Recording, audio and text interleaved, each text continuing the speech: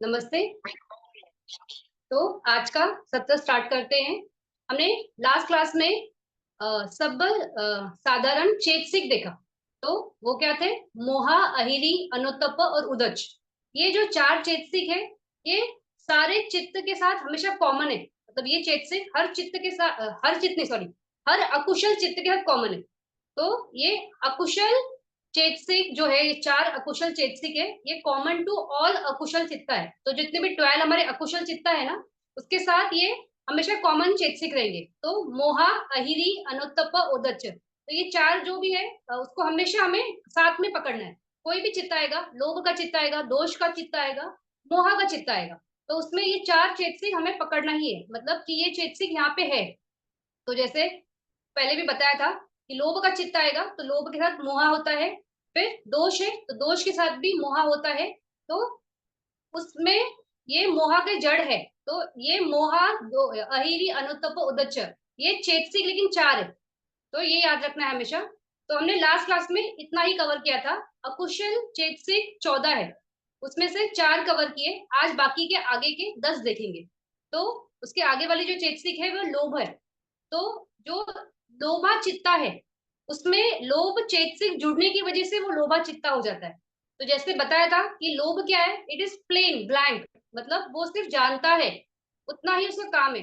बाकी जो चेतसिक उसके साथ जुड़ते हैं उसके वजह से वो वैसा चित्त भी बनता है। तो लोभ चेतसिक जुड़ेगा तो वो लोभा चित्ता बनेगा। दोष का चेतसिक जुड़ेगा तो वो दोष चित्त बनेगा। मोहा का चेतसिक जुड़ेगा तो मोहा चित्ता बनेगा। तो इस तरह से लोभा चित्ता, दोषा चित्ता, मोहा चित्ता। तो आज हम लोभा चेतसिक के बारे में देखेंगे। हमने जब लोभा चित्ता के बारे में बात की थी तो हमने लोभ क्या है वो भी देखा था। तो थोड़ा सा इसमें और डीप में जाएंगे आज कि एग्जैक्टली लोभा क्या है। तो लोभ क्या है, किसको बोलते हैं लोभ? ग्रीड को। मतलब कोई चीज की हमें जब इच्छा, मतलब इच्छा नहीं, उसके बारे में आसक्ति होती है कि हमें ये चाहिए, तो उसे कहते हैं लोभ। लोभ का कैसे स्वभाव है कि वो कोई भी प्रोडक्ट, ये ऑब्जेक्ट को हमेशा चाहता है कि उसे ले ले। तो ले लेना या उससे अटैच हो जाना या उससे चिपकना, ये है लोभ। फिर हमेशा लोभ का क्षेत्र कौन सा रहता है? तो पांचों इंद्रियों का जो क्षेत्र है वो लोभ का क्षेत्र है। जैसे कोई अच्छा रूप देखा तो मन करता है कि उस चीज को देखे। कुछ अच्छा आवाज सुना तो मन करता है वो सुने। जब कोई अच्छी स्मेल आती है तो ऐसा लगता है कि मन करता है कि हम ये लेते रहे, स्मेल को हमेशा वो उसको बार बार स्मेल करते रहे। कुछ अच्छा खाने को रहता है तो हम सोचते हैं कि बार बार खाए, अच्छा लग रहा है, टेस्टी लग रहा है। फिर कोई अच्छा स्पर्श है, जैसे कोई सॉफ्ट ऑब्जेक्ट है, तो ऐसा लगता है कि बार बार स्पर्श हो। तो इस तरह से इंद्रियों के क्षेत्र के साथ जो रहता है वो लोभ है। तो लोभ को यही अच्छा लगता है, विचरण करना, मतलब वो इन ऑब्जेक्ट के साथ अटैच होना बहुत पसंद है। तो वो लोभ है। फिर जैसे हमने ये वाली चेतसी की बात की थी, छंदो। तो छंद क्या है? एक इच्छा मात्र है।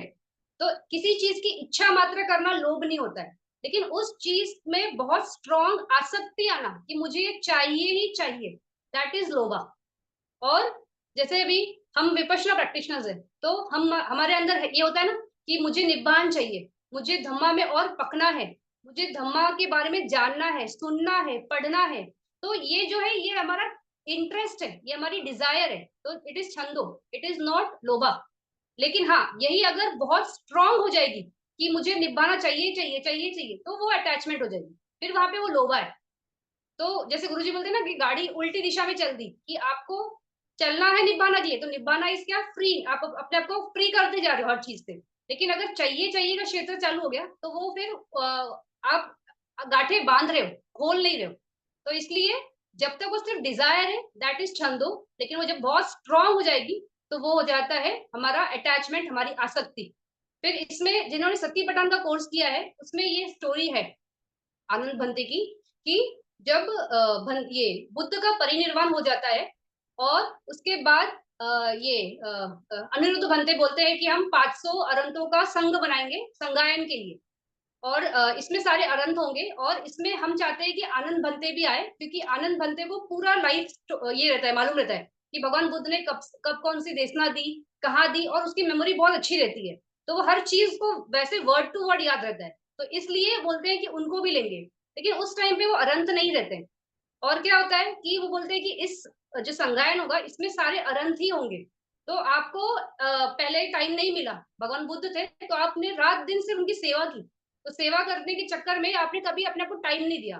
तो अभी आपके पास टाइम है, आपको 3 महीने का टाइम है, 3 महीने में आप ट्राई करो और इसकी मग्ग फल की प्राप्ति करो, अरंत चिट की, और उसके बाद आप हमारे साथ आ जाना। लेकिन अगर आप नहीं आए तो फिर हम आपके बगैर लेना पड़ेगा ये। तो ऐसा वो हो जाता है कि मतलब उसके माइंड में एक वो आ जाता है, क्या बोलते हैं, ऑब्जेक्ट है कि अरंत बनना है और 3 महीने के अंदर ही बनना है। तो ये आनंद बनते जो है वो रात दिन प्रयास करते हैं कि मैं अरंत बनूं, मैं अरंत बनूं। और उनको बहुत अच्छे से मालूम पड़ता है कैसे धम्मा है, क्योंकि वो श्रोता बन रहे थे तब, और उसके आगे वो कैसे करना है प्रोग्रेस, सब रास्ता पूरा मालूम है, क्योंकि बहुत लोगों को सिखाया रहता है और बहुत लोग उनके टीचिंग्स की वजह से, उनके गाइडेंस की वजह से अरंत बने रहते हैं। लेकिन जब वो खुद काम करना शुरू करते हैं तो एक उनके माइंड में एक बहुत स्ट्रॉन्ग आसक्ति रहती है कि मुझे अरंत बनना है, मुझे अरंत बनना है। ऐसे करते करते 3 महीने निकल जाते हैं और लास्ट डे पे आ जाते हैं।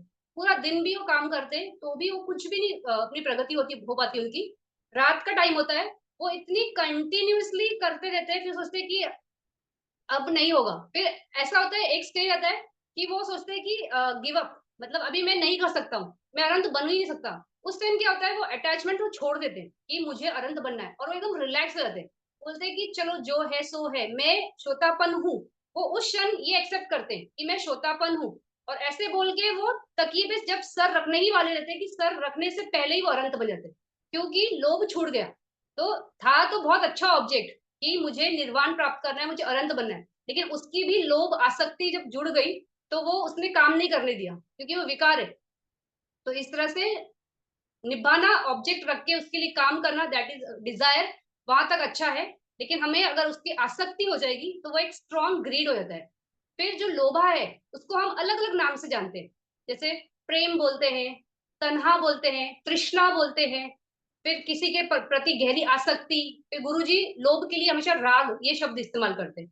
तो ये सारे अलग अलग शब्द है, लेकिन ये लोभ के बारे में ही है। फिर जो प्रेम बोलते हैं, जो लव बोलते हैं, तो अभी जैसे हम डिस्क्राइब करते हैं कि मदरली लव, फादरली लव। तो पेरेंट्स अपने बच्चों को प्यार करते हैं, फिर बच्चे भी अपने पेरेंट्स को प्यार करते हैं। उसी तरह से भाई बहन का आपस का प्यार, फिर रिलेटिव्स के लिए, फ्रेंड्स के लिए। तो ये सब प्यार वर्ड ठीक है, लेकिन वो एक अटैचमेंट ही है। और ये कैसे एक रोप की तरह है, रस्सी की तरह है। वो आपको हमेशा बांधे रखेगी, बांधे रखेगी एक दूसरे के साथ और इस संसार में। तो हमें ये भी समझना है कि लव बोलते हैं या प्यार बोलते हैं, लेकिन वो भी अटैचमेंट ही है। फिर कोई जस्टिफाई करेगा कि मदर्स को तो या पेरेंट्स को अपने बच्चों का लव तो होगा ही होगा। ठीक है, लव होना है, लेकिन अंडरस्टैंडिंग से कि ये मेरे बच्चे हैं, उनका पालन पोषण करना है, वहां तक हमारी जो भी हमारी रिस्पॉन्सिबिलिटीज है वो समझे। वैसे ही बच्चे भी अपनी रिस्पॉन्सिबिलिटी समझे, लेकिन उसमें ज्यादा आसक्त होके, अटैचमेंट होके नहीं। क्यों, अगर वो हुए तो फिर वो गड़बड़ है, फिर वो लोभा है। तो वो नहीं होना चाहिए। फिर आजकल हम पेपर में रीड करते हैं या टीवी पे भी आता है, ये प्यार के चलते चक्कर में आजकल कितने क्राइम्स हो रहे हैं। अगर लड़की का बहुत ज्यादा प्यार लड़के पे है, लड़के का लड़की पे है, तो मर्डर्स, फिर क्राइम्स, फिर ये जित आजकल काफी मतलब वायलेंट होने लगा है चीजें। और बहुत ही भयानक सिचुएशंस, बहुत ही भयानक कंडीशंस और बहुत ही एक्सट्रीम कंडीशंस में लोग जाके मतलब पागलपन जैसे बोलते हैं ना, वैसे कंडीशंस में जाकर मतलब मर्डर ही, मोस्टली लास्ट में मर्डर ही हो रहा है यहाँ पे। तो ये चीज हमको सटल लग रही थी, मतलब लव तो एक सटल एक फीलिंग है, लेकिन उसका प्रकटीकरण जब वो ज्यादा होने लगा तो इस तरह से पागलपन में कन्वर्ट होता है। तो ये बहुत अच्छे से समझना है कि लोभ आसक्ति है, अटैचमेंट है। वो छोटी से शुरू हो सकती है और वो बड़ी भी हो सकती है, लेकिन छोटी रहे या बड़ी रहे वो है तो लोभी। जिस तरह से एक बड़ा पत्थर अगर हम पानी में डालेंगे तो वो डूबता है, छोटा कंकड़ भी डालेंगे तो वो भी डूबता है। तो क्योंकि उसमें घनत्व है और स्वभाव है डूबना, तो वो डूबेगा ही। उसी तरह लोभ भी है कि वो आपको अपाया की तरफ ले जाएगा, यानी नीचे ले जाएगा। तो ये समझना है कि इस लोभ से अपने आप को हटाना है। अगर हटाओगे तो अपाया बच जाएगा। अभी लोभ में कैसा है कि जैसे ये मतलब ऐसी वो है ना कि जितना आप उसको बढ़ाओ वो घटती नहीं है। सबसे मेन बात तो ये है कि हम सोचते हैं ना कि हम कोई चीज का सैचुरेशन पे पहुंच जाएंगे, यानी मन से उस चीज के बारे में हमारी विरक्ति आ जाएगी, डेवलप हो जाएगी। तो वो पॉसिबल ही नहीं है। जब तक आप उसके क्षेत्र में रहोगे वो हमेशा और बढ़ते जाता है। कभी कोई रुका है क्या कोई भी चीज के लिए? तो कोई नहीं रुक पाता है। तो लोभ आपको रुकने नहीं देगा, लोभ ये कड़ियां खोलने नहीं देता है। तो इस तरह से होता है लोभ। फिर एक भगवान बुद्ध के टाइम पे एक स्टोरी है एक जू के बारे में। तो कैसी है वो कि एक भंते रहते हैं और उनको ये दान में ना एक ये मिलता है चिवर मिलता है। और वो बहुत ही ऐसे खुरदुरा होता है, बहुत रफ कपड़े का रहता है। तो वो कपड़ा लेते हैं और उस जस्ट थोड़े दिन बाद ना ये होने वाला रहता है शायद ये खत्म होने वाला रहता है वर्षावास। तो उसका कटिंग चिवरा बनाना होता है। तो ये बनते जो होते हैं कि वो कपड़ा लेते हैं और सोचते हैं कि ना इसका चिवर बनवाऊंगा और मैं पहनूंगा। फिर वो अपनी सिस्टर, उनकी एक बहन रहती है, उसके पास जाते हैं और वो कपड़ा उसको उनको बोलते हैं कि आप रखो इसको, हम मैं बाद में लेके जाऊंगा। तो जो उनकी बहन होती है वो देखती है कि कपड़ा ना बहुत खुरदुरा है और बहुत स्मूथ नहीं है। तो सोचती है इतना खुरदुरा कपड़े का चिवर मेरा भाई पहनेगा। तो वो क्या करती है, उस कपड़े के ना बहुत टुकड़े करती है और उसको खल में डाल के पूरा पीसती है। पीस के उस कपड़े का फिर से एक थान बनाती है और वो एकदम स्मूथ कपड़ा बन जाता है। तो एकदम अच्छा और बहुत ही सॉफ्ट ऐसा हो जाता है वो। तो उसके बाद वो उनका भाई आता है और बोलता है कि मुझे मेरा कपड़ा दो।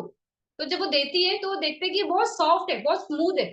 तो वो बोलते हैं कि नहीं मेरा वाला नहीं है, मैंने आपको बहुत खुरदुरा दिया था। तो फिर वो बताती है कि मैंने इसके साथ ऐसे ऐसे किया, तो अभी ये बहुत अच्छा हो गया है। तो वो समझ जाते हैं कि हाँ ये वही कपड़ा है। वो लेते हैं और अपने साथ मोनेस्ट्री में चले जाते हैं। फिर वहां पे वो अपने दूसरे जो रहते हैं उनके साथ बैठते हैं और वो बोलते हैं कि हम इसको बनाएंगे। तो वो चिवर बनाते हैं और वो रेडी हो जाता है। फिर उसको वो शेल्फ पे रखते हैं और वो सोचते हैं कि ना कल सुबह ना मैं यही पहनूंगा। तो उसके साथ उनका थॉट रहता है कि मुझे ये पहनना है और उनको बहुत अच्छा लगता है वो कपड़ा। ये बहुत अच्छा है, स्मूथ है और स्किन को बहुत फ्रेंडली लग रहा है। तो वो बहुत खुश भी रहते हैं उस चीज को लेकर कि मैं पहनूंगा। और वही थॉट के साथ वो रहते हैं कि मुझे सुबह कल सुबह ना मुझे यही पहनना है, मुझे यही पहनना है। तो मतलब अटैचमेंट क्रिएट करते हैं वहां पे बैठ के वो। फिर क्या होता है, ऐसा होता है कि ना रात को उनकी मृत्यु हो जाती है और वो चिवर वो पहन नहीं पाते। फिर नेक्स्ट डे क्या होता है मॉर्निंग में कि देखते सब कि अरे ये बनते तो नहीं है। फिर वो सब का उनका अंतिम संस्कार करने के बाद वो सोचते हैं अरे ये चिवर, वो देखते हैं कि वो ऊपर शेल्फ पे एक चिवर रखा है। तो बोलते हैं इस चिवर का क्या करें। तो सबका ये रहता है कि इनका कोई मतलब सामिने उनका शिष्य नहीं रहता है उस टाइम पे। तो सोचते हैं कि फिर ये संघ का हो गया। तो ये संघ का है। तो सोचते हैं कि हम इसके टुकड़े कर लेते हैं, जिसको जैसा पीस चाहिए वो ले लो और अपने हिसाब से इसको यूज करो। तो क्या होता है वैसे ही ना ये जो भंते जो ये रहते हैं मतलब बनते रहते हैं, लेकिन डेथ होने के बाद वो एक जू के रूप में ये होते हैं। उनकी उत्पत्ति एक जू के रूप में होती है और वो जू बन के ना उस कपड़े में ही चिपके हुए रहते हैं। तो क्या होता है जैसे ही वो सुनता है ना कि अरे ये मेरे कपड़ा लेने वाले और इसको टुकड़े टुकड़े करने वाले और आपस में ये लोग ये करने वाले, डिवाइड करने वाले। तो क्या होता है वो ना बड़ी गुस्से से ना ऐसे चीखता है कि अरे मेरी प्रॉपर्टी कैसे लोगे आप लोग, मेरी प्रॉपर्टी है। और वो ऐसे जंप करता है उसमें। तो भगवान बुद्ध ये देखते हैं कि अरे ये ऐसा हो गया इसके साथ। तो भगवान बुद्ध ना उस वक्त आते हैं वहां पे और उनको बोलते हैं कि ना एक मिनट, ये कपड़े को ना कोई नहीं लेने वाला है और आप लोग ये कपड़े को साइड में रख दो और इसको रहने दो, इसको हाथ नहीं लगाना है। तो जैसे ही वो सुनता है ना कि ये कपड़े का तो कोई काटने वाला नहीं है और ये कपड़ा तो मेरा ही है, तो बड़े खुशी से उसमें विचरण करते रहता है। तो इस तरह से 7 दिन बीत जाते हैं। 7 दिन के बाद उसकी मृत्यु होती है और मृत्यु होने के बाद तो तुषित वर्ल्ड में जन्म लेते हैं। तो उसके बाद भगवान बुद्ध बोलते हैं अब जिसको ये कपड़ा चाहिए ना अपने हिसाब से ले सकता है। तो सब बोलते हैं भगवान बुद्ध आपने हमको उस वक्त पे क्यों रोका कि आप रुक जाओ, 7 दिन के बाद लेना है कपड़ा, और आज होने के बाद आप बोल रहे हैं आप ले लो। तो फिर भगवान बुद्ध उनको बताते हैं कि वो जो बनते थे ना वो बहुत आसक्त हो गए थे इस कपड़े के प्रति। और इस वजह से उन्होंने वो उनकी उत्पत्ति इस जू बन के एक मतलब एक एनिमल, एक छोटा सा कीड़ा बन के उस कपड़े में हुई थी। और जैसे ही उन्होंने सुना कि ये कपड़ा आप लोग डिस्ट्रीब्यूट करोगे तो वो बड़े गुस्से में आ गए और बड़ा द्वेष ऐसे छिड़ गए हो अंदर से कि अरे ये मेरा कपड़ा डिस्ट्रॉय करेंगे, ये तो मेरी प्रॉपर्टी है, आप लोग कैसे ले सकते हो। और क्योंकि वो द्वेष आप लोगों के लिए था यानी संघ के लिए होता, तो इसकी वजह से उनकी उत्पत्ति निराय में होती थी। तो वो निराय ना जाए इसकी वजह से मैंने वहां पे आप सबको रोक दिया था। और इनकी लाइफ अभी खत्म होने के बाद उनके पारमी के हिसाब से, उनके कुशला धम्मा के हिसाब से अभी उनकी उत्पत्ति देवलोक में हुई है। तो इतना डेंजर होता है, मतलब अटैचमेंट होता है जब, और अटैचमेंट के साथ अगर आपकी मृत्यु होगी तो इस तरह से अपाय की गति हो जाती है। और ये म्यांमार में तो बहुत लोगों को ये एक्सपीरियंस है। कैसे होता है कि वहां पे लोगों को मालूम है कि डेथ के टाइम पे जो पर्सन है मर रहा है, तो उसको डिस्टर्ब नहीं करते वो ज्यादा मेंटली, कि भैया ये बताओ वो बताओ। वो चाहते हैं कि वो पीसफुली जाए, ताकि ना वो कहीं लोभ क्रिएट करे, ना दोष क्रिएट करे, ना मोह क्रिएट करे। तो इसके लिए वो लोग बहुत सजग रहते हैं। लेकिन बहुत जगह ऐसे हुआ है, और वहां पे वो मतलब बंतों ने बुक्स में लिख के बताया है कि ऐसा हुआ है कि जैसे मान लो कि एक बुढ़ी रहती है, वो बहुत शीलवान रहती है, और रोज पगोड़ा जाना, अष्टशील लेना, ये सब बहुत अच्छे से करती है, मतलब कुशला धर्मा बहुत है उसके लाइफ में। तो बड़े अच्छे से वो अच्छा उसका गति हो सकता था। लेकिन क्या होता है, जब वो मरने वाली होती है, तो उसके बच्चे पूछते हैं प्लीज बताओ जल्दी कि बैंक का पासबुक किधर रखा है, ये कहाँ है, वो कहाँ है। तो उसको इतना डिस्टर्ब कर देते हैं कि वो उस डिस्टरबेंस की वजह से फिर वो प्रेत योनि में चली गई। तो इसलिए लास्ट में किसी को इतना डिस्टर्ब नहीं करना चाहिए, और उसको अपनी गति के हिसाब से अच्छे से जाने देना चाहिए। और उससे भी ज्यादा हमारी गति अच्छी हो, उसके लिए हमें प्रयास करते रहना चाहिए। तो लोभ इस तरह से है कि आपको अपाय ले जा सकता है। लेकिन अगर लोभ आप में है, मान लो वो सब में है, किसी में गया नहीं, वो तो जड़ें बहुत लेट कटेगी। लेकिन लोभ की जब अगर हमारे अंदर है, जड़े है, और लोभ चित्त है, और उसमें हमारे कुशला धम्मा अगर बहुत है, तो वो ना एक टाइप का ना आपको कुशनिंग दे सकते हैं कि आपकी गति अपाया की ना हो। तो कैसे, जैसे अगर पत्थर आपने पानी पे डाला तो नीचे डूब जाएगा, लेकिन वही पत्थर अगर आपने बोट में रख दिया, तो उस बोट के सहारे वो आराम से उस किनारे तक पहुंच जाएगा और डूबेगा नहीं। तो उसी तरह से अगर आपका कुशला धम्मा है, ज्यादा है, और लोग को उसको सपोर्ट मिल जाए, तो अपाया की गति नहीं होगी। लेकिन हमारा लास्ट गति जो है वो लास्ट चित्त पे होता है, और वो चित्त कौन सा है और कितना स्ट्रांगली आएगा उस पर डिपेंड करता है। तो हम वो इतना बहुत ऐसे स्टैम्प करके नहीं बोल सकते कि हमारी गति अच्छी होगी अगर हमारे में लोभ भी है तो वो सब्जेक्ट टू टू कंडीशन है। तो अभी जैसे भगवान बुद्ध के टाइम में ये शायद बहुत लोगों ने पढ़ा रहेगा, नकुल पिता और नकुल माता की स्टोरी है। तो ये दोनों कैसे एक आदर्श गृहस्थ थे, और दोनों का आपस में बहुत ही रिस्पेक्ट और ये सब कुछ। और ये कैसे थे, भगवान बुद्ध से बहुत पहले से जुड़े हुए थे। मतलब भगवान बुद्ध जब बोधिसत्व थे, तो काफी जन्मों में ये उनके पेरेंट्स या उनके अंकल आंटी ऐसे करके उनके आजू बाजू हमेशा रहे। और इनका सौभाग्य कि जब भगवान बुद्ध ने बोधि प्राप्त की, तभी भी ये इनकी उत्पत्ति भगवान बुद्ध के पास में हुई। और जब भगवान बुद्ध इनको धम्म देशना देते, तो दोनों श्रोतापन बन जाते। तो श्रोतापन बनने के बाद भी एक दिन नकुल पिता बुद्ध से कहते हैं कि बुद्ध, मेरे अंदर ये इच्छा है कि सबसे पहली बात तो ये कि जब से मैंने नकुल माता से शादी की है, तब से लेके आज तक मैंने मन से भी किसी और के बारे में गलती से भी नहीं सोचा है। तो हमने हमेशा इनके बारे में ही सोचा है। फिर नकुल माता भी यही बोलती है कि जब से मेरी शादी नकुल पिता से हुई है, तब से मैंने किसी और के बारे में कभी सोचा ही नहीं है। फिर लेकिन नकुल पिता की भी ये इच्छा होती है और माता की भी ये इच्छा होती है कि हम अगर संसार में आगे आए, तो एक दूसरे के साथ ही आए, मतलब हमारा कहीं भी हम बिछड़े नहीं। तो फिर भगवान बुद्ध बोलते हैं कि आप दोनों का एम एक ही है, निब्बाना, और आप दोनों शीलवान हो। तो इस तरह से अगर कोई गृहस्थ है तो साथ में आए तो अच्छा ही है, क्योंकि वो बल देते, एक दूसरे को हेल्प करते। अभी देखा जाए तो यहाँ पे लोभा ही है, अटैचमेंट ही है, वो दोनों श्रोतापन है। दोनों को अपने बारे में सोचना चाहिए कि हमें निब्बाना कितनी जल्द से जल्द मिले। लेकिन वो ना सोच के वो यहाँ पे ये सोच रहे हैं कि हम दोनों साथ में रहे। लेकिन हाँ, ऑब्जेक्ट क्या है, निब्बाना है, यानी कुशला धम्मा करके। और वो लोभा भी है, तो जैसे बोला कि लोभ है, लेकिन अगर कुशला धम्मा का सपोर्ट है, तो आपका गति चेंज हो सकता है। तो वैसे यहाँ पे वो बात बताने के लिए बताई कि कुशला दोनों का धम्मा है, मतलब निब्बाना ऑब्जेक्ट है, और साथ में ही रहना चाहते हैं, तो ठीक है, क्योंकि दोनों एक दूसरे को हेल्प करेंगे शील में रहने के लिए। शील टूटेगा नहीं, दोनों का एक ही एम है, एक ही इंटेंशन है। तो इस तरह से आपको हेल्प ही होगी। लेकिन लोभ तो लोभ ही है, अटैचमेंट ही है। अटैचमेंट की जड़ कटनी ही चाहिए। और वो कैसे होता है, आपको बांधने वाला होता है। फिर जैसे अगर आपको कोई भी जैसे बोला कि लोभ कितना भी आप कर लो उस चीज को, कभी भी आप एक सैचुरेशन पॉइंट पे नहीं आते। तो you can not satisfy something, कोई भी चीज। जैसे प्यास लगी है, तो नॉर्मल पानी पियोगे तो ही प्यास बुझेगी। लेकिन वही अगर आपने नमक वाला पानी पी लिया, तो आपको डबल पानी पीने की इच्छा होगी। क्यों? क्योंकि सॉल्टी वाटर जो होता है बहुत हैवी होता है। और अगर आपने एक गिलास सॉल्टी वाटर पिया है, तो किडनी को आपके बॉडी से 2 गिलास पानी निकालना पड़ेगा, वो उसको बैलेंस करने के लिए। तो क्या हो गया, पिया 1 गिलास लेकिन बॉडी के बाहर गया 2 गिलास, यानी आपकी प्यास और बढ़ गई, कम नहीं हुई। तो इस तरह से लोभा होता है कि आपकी प्यास बढ़ाएगा, कभी भी वो चीज में आप इन्वॉल्व होगे तो बढ़ेगी, कम नहीं होती है। तो लोभ कितना मतलब डेंजर है। और लोभ ही वो कड़ी है ना, कि लोभ की वजह से पूरे संसार में जो भटक रहे हैं, वो लोभ की वजह से ही है। इस लोक में जाना है, उस लोक में जाना है, देवा बनना है, देव देखना है, मतलब बन के देखना है कि कितना सुख भोगना है। सुख भोगना मतलब क्या, लोभ ही है ना, कि वो देखना है कि देवास का कैसे होता है, पैलेस कैसे होते हैं, कितने ब्यूटीफुल होते हैं, क्या उनमें क्या आराम, मतलब वो जो जो भी उनके है कंफर्ट्स के लिए चीजें क्या है, तो वो देखने की इच्छा है। रूप ब्रह्मा वर्ल्ड, अरे वाह बड़ा अच्छा, मतलब इतने सारे कपास बैठे रहेंगे, मतलब हमारी जो लाइफ स्पैन होती है, इतने कपास हम वहां पे रहेंगे, कभी भी हम मरेंगे नहीं, क्योंकि सृष्टि टूटेगी और ये नष्ट होगी फिर से बनेगी, लेकिन हम तो वहां से हिलने वाले नहीं है। तो कितना अच्छा है वो एक आयाम होगा ना।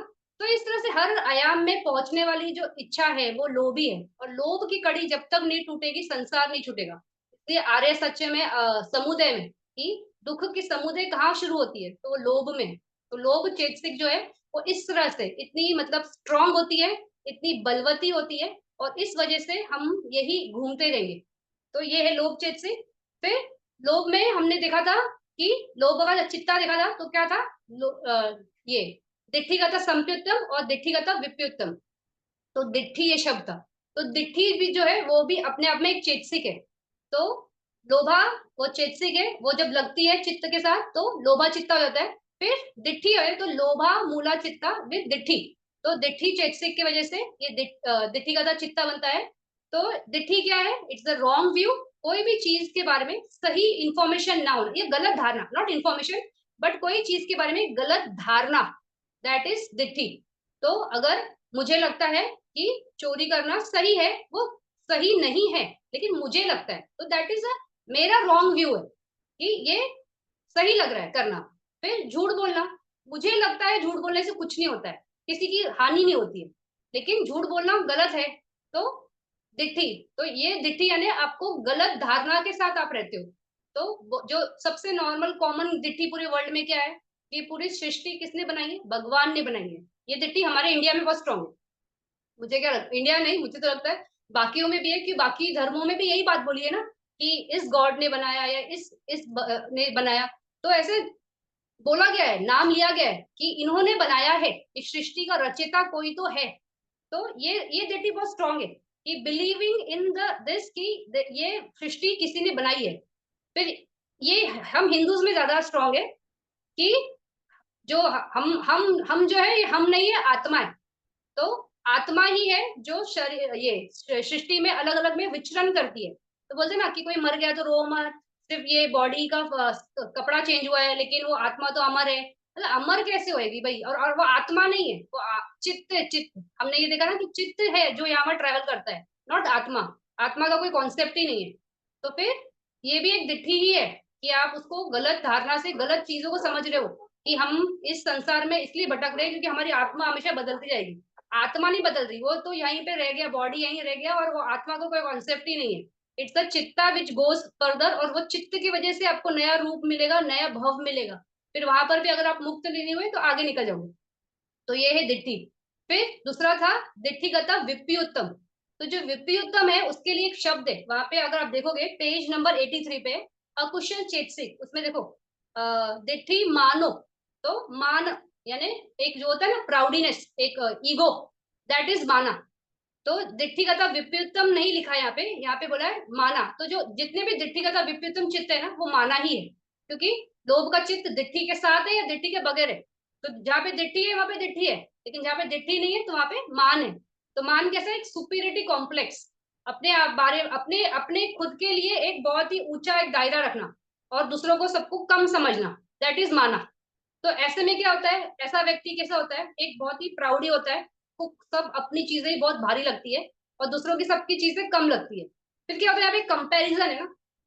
तो जब भी कंपैरिजन होगा तो आप अपने आप को अच्छा दिखाने के लिए ज्यादा से ज्यादा कुछ अच्छा करोगे ना, यानी लोभ का ही क्षेत्र है ना, यानी आप वहां पे कुछ ये दिखाने के लिए कि मेरे पास ज्यादा अच्छे कपड़े हैं, या ज्यादा मेरे पास अच्छे किताबें हैं, मेरे पास अच्छी गाड़ियां हैं, ये है वो है, जो भी है, तो उसके चलते चक्कर में अटैचमेंट ही है ना, तो माना भी जो है वो लोभा के अंडर ही आता है। फिर कैसे होता है कि बहुत बार अगर हमसे कोई बहुत ऊंचे पोस्ट पे, यानी बहुत अच्छे उसके कंडीशन है लाइफ में, तो हम क्या बोलते हैं कि ना अरे इतना उनका भारी वगैरह है तो उससे हमें क्या, ऐसे बहुत लोग बोलते हैं कि हमें क्या, हमें कोई फर्क नहीं पड़ता है, हमें कोई फर्क नहीं पड़ता कि कोई कैसे घरों में रहता है, कैसे खाना खाता है, कैसे गाड़ियों में घूमता है, कैसे फॉरेन लोकेशन जाता है, उससे हमें कुछ नहीं। लेकिन ये भी एक माना ही है, क्योंकि आप क्या दिखा रहे हो सामने वाले को कि मुझे इससे कोई फर्क नहीं पड़ रहा है कि ये व्यक्ति यहाँ पे है और वो मुझसे ऊंचा है, तो मुझे फर्क नहीं पड़ रहा है, भले आप उससे नीचे हो और आपको ये बहुत अच्छे से मालूम होता है कि ना आप उनके लेवल के नहीं हो, तो भी आप ये कंपैरिजन में बोलते हो। तो ये एक टाइप का माना ही है कि आपसे कोई ऊंचा रहे तो भी आप ये बोलो कि मुझे कोई फर्क नहीं पड़ता है, आप किसी से नीचे हो तो आप ये डिनाई करो कि मैं नीचे हूं तो क्या, मुझे कोई फर्क नहीं पड़ता है, तो वो भी माना ही है। आप अपनी रियल कंडीशंस को एक्सेप्ट नहीं करते हो, क्योंकि आपको ऐसा लगता है कि कहीं तो कुछ कमी है, तो जो कमी है ना, तो वो कमी को कैसे भरेंगे, तो उसको और क्रिएट करेंगे, तो क्रिएट कैसे होगा, तो लोभ से होगा ना। तो माना भी इसी तरह से होता है कि आपको वो ये एक्सेप्ट नहीं करने देता है कि आप किसी से कम हो, या आपको ऐसा रहता है कि मेरे अंदर बहुत सुपीरियरिटी कॉम्प्लेक्स है। फिर लोगों को मान बहुत रहता है, जैसे कोई बहुत पढ़ाई में होशियार है, खास करके स्कूल में तो ये सबने ऑब्जर्व किया है और एक्सपीरियंस भी किया है, जो क्लास में फर्स्ट रैंक होल्डर्स होते हैं वो कैसे होते हैं, हमेशा एक घमंड में रहते हैं ना, टीचर सब उनको बुलाती है। फिर कोई भी एक्टिविटीज होता है तो उनका ही नाम लिया जाता है, कोई भी चीज होता है तो उनका एग्जाम्पल दिया जाता है कि देखो look at this girl, look at this boy, ये ऐसा है, ये वैसा है। तो हमेशा उनका कैसे कॉलर टाइट रहता है, तो माना ही है ना कि because because of the knowledge they are having this माना। फिर किसी को वेल्थ का रहता है कि अरे हाँ इसके पास इतनी इंडस्ट्रीज है, इतने क्लासेस है, इतने ये है, इतना वो है, तो वो उसको मालूम रहता है कि मैं अपने क्षेत्र में बेस्ट हूँ। जैसे बहुत सारे देखो एक्टर्स एक्ट्रेस है, इंडस्ट्रियलिस्ट है, बोलते हैं ना we are the best in our field. तो वो ये एक व्यक्ति कब बोलेगा कि मैं बेस्ट हूँ अपने फील्ड में, कि जब उसको ये रियलाइजेशन है और वह उसमें घमंड है उस चीज को लेकर, तभी वो बोल सकता है कि मैं इसमें बेस्ट हूँ या मैं ऐसा हूँ। तो माना कैसे होता है, माना बहुत टाइप्स का हो सकता है। धन का मान हो सकता है, जैसे वेल्थ का, वो तो दिखता ही है सोसाइटी में। ये जितने भी बिजनेसमैन है वो पेज थ्री पार्टीज क्यों देते हैं, ज्यादा से ज्यादा लोगों को दिखाने के लिए कि मेरे पास इतना ज्यादा है। तो वो कम हमेशा देखा तो फालतू खर्चा है, कोई उसमें कुछ भी एक क्या बोलते हैं पॉजिटिव आउटकम नहीं होता है इस पार्टीज में। लेकिन सिर्फ लोगों को दिखाना कि हमारे पास कितनी वेल्थ है। तो कितने एग्जांपल्स है जो इंडिया में इतने लेविश रह रहे थे आज, लेकिन बैंकरप्ट होके फॉरेन कंट्रीज में चले गए, और जस्ट लोगों को दिखाने के चक्कर में कि हमारे पास इतना पैसा है, उस और वो मान के चक्कर में क्या कर लिया। तो फिर इस तरह से ये माना है। फिर पन्या, बहुत लोगों को अपने नॉलेज का भी बहुत वो रहता है कि मेरे जैसे पढ़ाई कोई नहीं कर सकता है, या मुझे इतनी डिग्रीज है, या मुझे इतना मालूम है। लेकिन कभी भी अपने नॉलेज का ये घमंड होना नहीं चाहिए। सबसे फर्स्ट थिंग वो आपका नॉलेज नहीं है, आपने वो पढ़ा है, किसी ने आपको पढ़ाया है, तो ये तो कोई भी एक्वायर कर सकता है। पढ़ी पढ़ाई बातों को एक्वायर करना कौन सी बड़ी बात है, तो इसमें घमंड रखने वाली कोई बात ही नहीं है। क्योंकि आज जिसको नहीं मालूम है कल वो ये चीजों पढ़ेगा, वो जान जाएगा। तो इसमें माना रखने की कोई सवाल ही नहीं होता है। फिर बहुत से लोग होते हैं जिनको अपने ब्यूटी पे बहुत ये रहता है, ये जितने भी एक्ट्रेस मॉडल्स है, वो लोग कैसे होते हैं, उनको ये रहता है कि हमारे जैसे ब्यूटीफुल तो कोई नहीं है। तो ब्यूटीफुल वो है, उसको कौन डिनाई कर रहा है, सामने वाले को भी दिखता है कि आप इतनी ब्यूटीफुल हो, लेकिन उसको घमंड में क्यों रखना, उस चीज के लिए घमंड क्यों करना। सबसे पहली बात तो ये जो भी बहुत ब्यूटीफुल है, तो वो इस लाइफ में ब्यूटीफुल इसलिए है क्योंकि लास्ट लाइफ में उन्होंने बिल्कुल भी दोष नहीं किया, मतलब चिड़चिड़ नहीं की, झगड़ा नहीं किया, गुस्सा नहीं किया, देयर वाज नो एंगर। जो ऐसे लोग होते हैं ना, वो लोग इस लाइफ में बहुत ब्यूटीफुल होते हैं क्योंकि उनका ब्लड बर्न नहीं हुआ, तो बहुत स्मूथ था, इसकी वजह से भी ब्यूटीफुल होते हैं। फिर जो लोग पगोड़ा में जाके झाड़ू मारते हैं, साफ सफाई करते हैं, वहां पे फ्लावर्स ऑफर करते हैं, भगवान बुद्ध के लिए सेवा करते हैं, तो ऐसे लोग भी ना आगे जाके ना बहुत ब्यूटीफुल होते हैं। तो इतना कुशला करने की वजह से आप ब्यूटीफुल हो, लेकिन अगर आज आप ब्यूटीफुल हो और आज इतना कुड़कुड़ कर रहे हो और इस बात का घमंड रख रहे हो, तो नेक्स्ट लाइफ में आप बहुत बदसूरत होने वाले हो। तो वो चीज को हम, वो जो चीज है, मतलब कोई मतलब ही नहीं है उस चीज का आप में मान रखना, मतलब घमंड रखना। तो इस तरह से लोभा है, दिट्ठी है और माना है। तो लोभ क्या है, कोई भी चीज की अटैचमेंट, क्रेविंग, मुझे ये चाहिए। फिर लोभ है तो वहां पे दिट्ठी भी होती है, दिट्ठी क्या होती है? एक रॉन्ग धारणा, एक रॉन्ग समझ कि हम गलत को सही बोलते हैं और सही को गलत बोलेंगे। और मान एक सुपीरियरिटी कॉम्प्लेक्स कि खुद को बहुत ऊंचा समझना और दूसरों को कम समझना, और उस घमंड के चलते चक्कर में आप बहुत अकुशला ही एक्युमुलेट करते हो। तो इस तरह से ये तीन जो चेतसिक है, लोभ, दिट्ठी, माना, ये तीनों लोभा चेतसिक है। फिर इसके आगे है दोषा। दोषा क्या होता है? हेट्रेड, एंगर, दैट इज दोषा। तो आगे के देखिए, दोष, ईसा, मच्छर, कुकुचम, ये जो चार है ना, ये चारों दोषा में ही है। तो दोष में क्या है? इट्स हेट, इट्स एंगर, और ये वायलेंस। और ये कैसा होता है? बहुत वाइल्ड है, मतलब रफ रूड बोलते हैं ना। ये चेतसिक जिसमें भी डेवलप होगी ना, वो इंसान ऐसा रहता है कि बड़ा वाइल्ड रहेगा, बड़ा रूड रहेगा, मतलब बोलते हैं ना कि भाई घमंडी है, मतलब घमंडी नहीं, मतलब कितना गुस्से वाला है, कैसे बात कर रहा है, मतलब समझ में भी नहीं आ रहा है, एक नम्रता नहीं है। तो दोषा वाला जो रहेगा ना, वो इंसान ऐसा रहता है कि बड़ा रफ बात करता है, बड़ा रफ उसका एटीट्यूड रहता है, वॉयलेंट रहता है, मोस्टली वॉयलेंट रहेगा। क्यों? क्योंकि वो झगड़ा करने की प्रवृत्ति बहुत स्ट्रांग रहती है, दोष में ना ये बहुत ज्यादा रहता है। तो फिर इसमें कैसा है? दोष में भी हमने देखा था कि दोष को बहुत अलग अलग शब्दों से बोल सकते हैं कि दुख है, दुख मन में, फिर डिप्रेशन, फिर एंगर, फिर क्या बोलते हैं, इलविल, हेट्रेट। तो ऐसे अलग अलग शब्दों से हम दोष को बोलते हैं। तो दोष है वही कि आप में बहुत गुस्सा है, बहुत वॉयलेंस है, और ये जो भी इंसान ये होता है ना, दोष चित्त वाला होता है, वो बहुत झगड़ालू होता है। तो जब वो झगड़ा करता है तो क्या होता है? जिसके साथ वो झगड़ा कर रहा है, उस दूसरे व्यक्ति में हम देखते हैं ना, वो बहुत घबराता है, तो फियर होता है। तो जहां भी दोष ये है ना, तो वहां पे एंगर है ना, वहां पे फियर भी रहेगा। लेकिन अभी ऐसा नहीं है कि सामने वाले में वो फियर रहेगा, वो फियर ना आपका भी है एक्चुअली। जो भी व्यक्ति बहुत झगड़ालू होता है ना, उसके अंदर फियर भी बहुत स्ट्रांग होता है। वो दिखता नहीं है या वो समझता नहीं है, क्योंकि उसकी आवाज इतनी तेज होती है, उसके एक्शंस, आंखों के एक्सप्रेशंस, हाथों का वो जो स्टंपिंग रहेगा या जो भी रहेगा, उसमें वो दिखता नहीं है। लेकिन ये इंसान ना बहुत डरपोक भी रहता है। तो जो इंसान बहुत वॉयलेंट है ना, वो ही इंसान बहुत डरपोक भी है। तो ऐसा नहीं बोल सकते कि जो इंसान बहुत वॉयलेंट है वो बहुत शेरदिल है। क्योंकि देखो, जो भी सोसाइटी में ऐसे एलिमेंट्स है, जो लोग ऐसे हिंसा करते या करते हैं, वो हमेशा एक सेटअप में रहते हैं कि पुलिस का उनको सपोर्ट रहेगा, उनके जो फॉलोअर्स है उनका सपोर्ट रहेगा, उनके आजू बाजू। तो उन सब सपोर्ट में ना इनका ये कभी दिख के नहीं आएगा आपको, ये बहुत बहुत डरपोक लोग हैं। लेकिन ये बहुत डरपोक होते हैं। तो इस तरह से ये हमेशा याद रखना है कि एंगर है तो वहां पे फियर है। एंगर बहुत दिखता है, मतलब जब इंसान को चिल्लाएगा तो आपको बहुत इजी समझ में आता है कि एंगर है, तो वो कहते हैं चढ़ता हुआ ये है, दोषा है। और जब वो फियर रहता है ना, तो वो उतरता हुआ दोषा है, यानी कि एंगर सबसाइड होते आ रहा है और अंदर मन में ना फियर उत्पन्न होते आ रहे हैं। तो इस तरह से जब भी कोई आपको व्यक्ति बोले कि मुझे बहुत डर लगता है, तो समझ जाना कि ये दोष चित्त वाला व्यक्ति है, क्योंकि बहुत डरता है। और वो जो एंगर वाला तो दिखता ही है हमें कि बहुत चिल्ला के बात कर रहा है, वो उसकी लैंग्वेज कैसी होती है वगैरह। तो इस तरह से दोषा जो है वो हेट है, वो एक एंगर है, एक वॉयलेंस है। फिर दोषा के लिए एक स्टोरी है पुराने जमाने में। तो बुक में ऐसा स्टोरी ऑफ लासो लिखा है, लेकिन मुझे लगता है लासो नाम नहीं होगा, शायद लाजो नाम रहेगा, क्योंकि हमारे इंडिया में लासो ऐसा कोई लड़की का नाम नहीं था। तो लाजो की स्टोरी हो गई है। तो उसमें कैसा है कि वो लड़की कैसे रहती है, उसके पहला तो ऐसे ही सेटअप था ना कि माँ बाप लड़की का रिश्ता करते थे और घर बार वो ढूंढ के देते थे, तो जैसा भी घर मिले। तो ये लड़की को ऐसा घर मिलता है कि इसका हस्बैंड ना बिल्कुल भी वो नहीं होता है, मतलब इसकी कदर नहीं करता है, बहुत एंग्री रहता है, और उसको ये शायद पसंद भी नहीं रहती है। लेकिन ये कि मतलब चलो मेरा घर है, मुझे तो यहाँ रहना है। फिर उसका हस्बैंड और चिढ़ता है कि ये इतनी सटल क्यों है, मतलब इतनी शांति से ये सब कैसे बर्दाश्त कर दी। तो उसको और गुस्सा आता है कि कैसी है ये, कैसी है। फिर उसके बाद क्या होता है, वो लड़की उनके दो बच्चे होते हैं, फिर वो सोचती है, बहुत बार वो सोचती है कि मैं इतना ईमानदारी से अपना सब काम करती हूँ, सब अच्छा रखती हूँ, पूरा घर को सेटअप करती हूँ, फिर भी मेरा हस्बैंड मुझसे कभी भी खुश नहीं होता है। तो वो बहुत बार सुसाइड करने का सोचती है। तो दोष ऐसा होता है ना, डिस्ट्रॉय करता है ना, तो वो उसके मन में भी ये भाव कि मैं अपनी लाइफ खत्म कर दूं। और वो बहुत बार सोचती भी मैं कर लूं और करने की कोशिश भी करती है। लेकिन क्या होता है वहां पे, वो अपने बच्चों का सोच के रुक जाती है।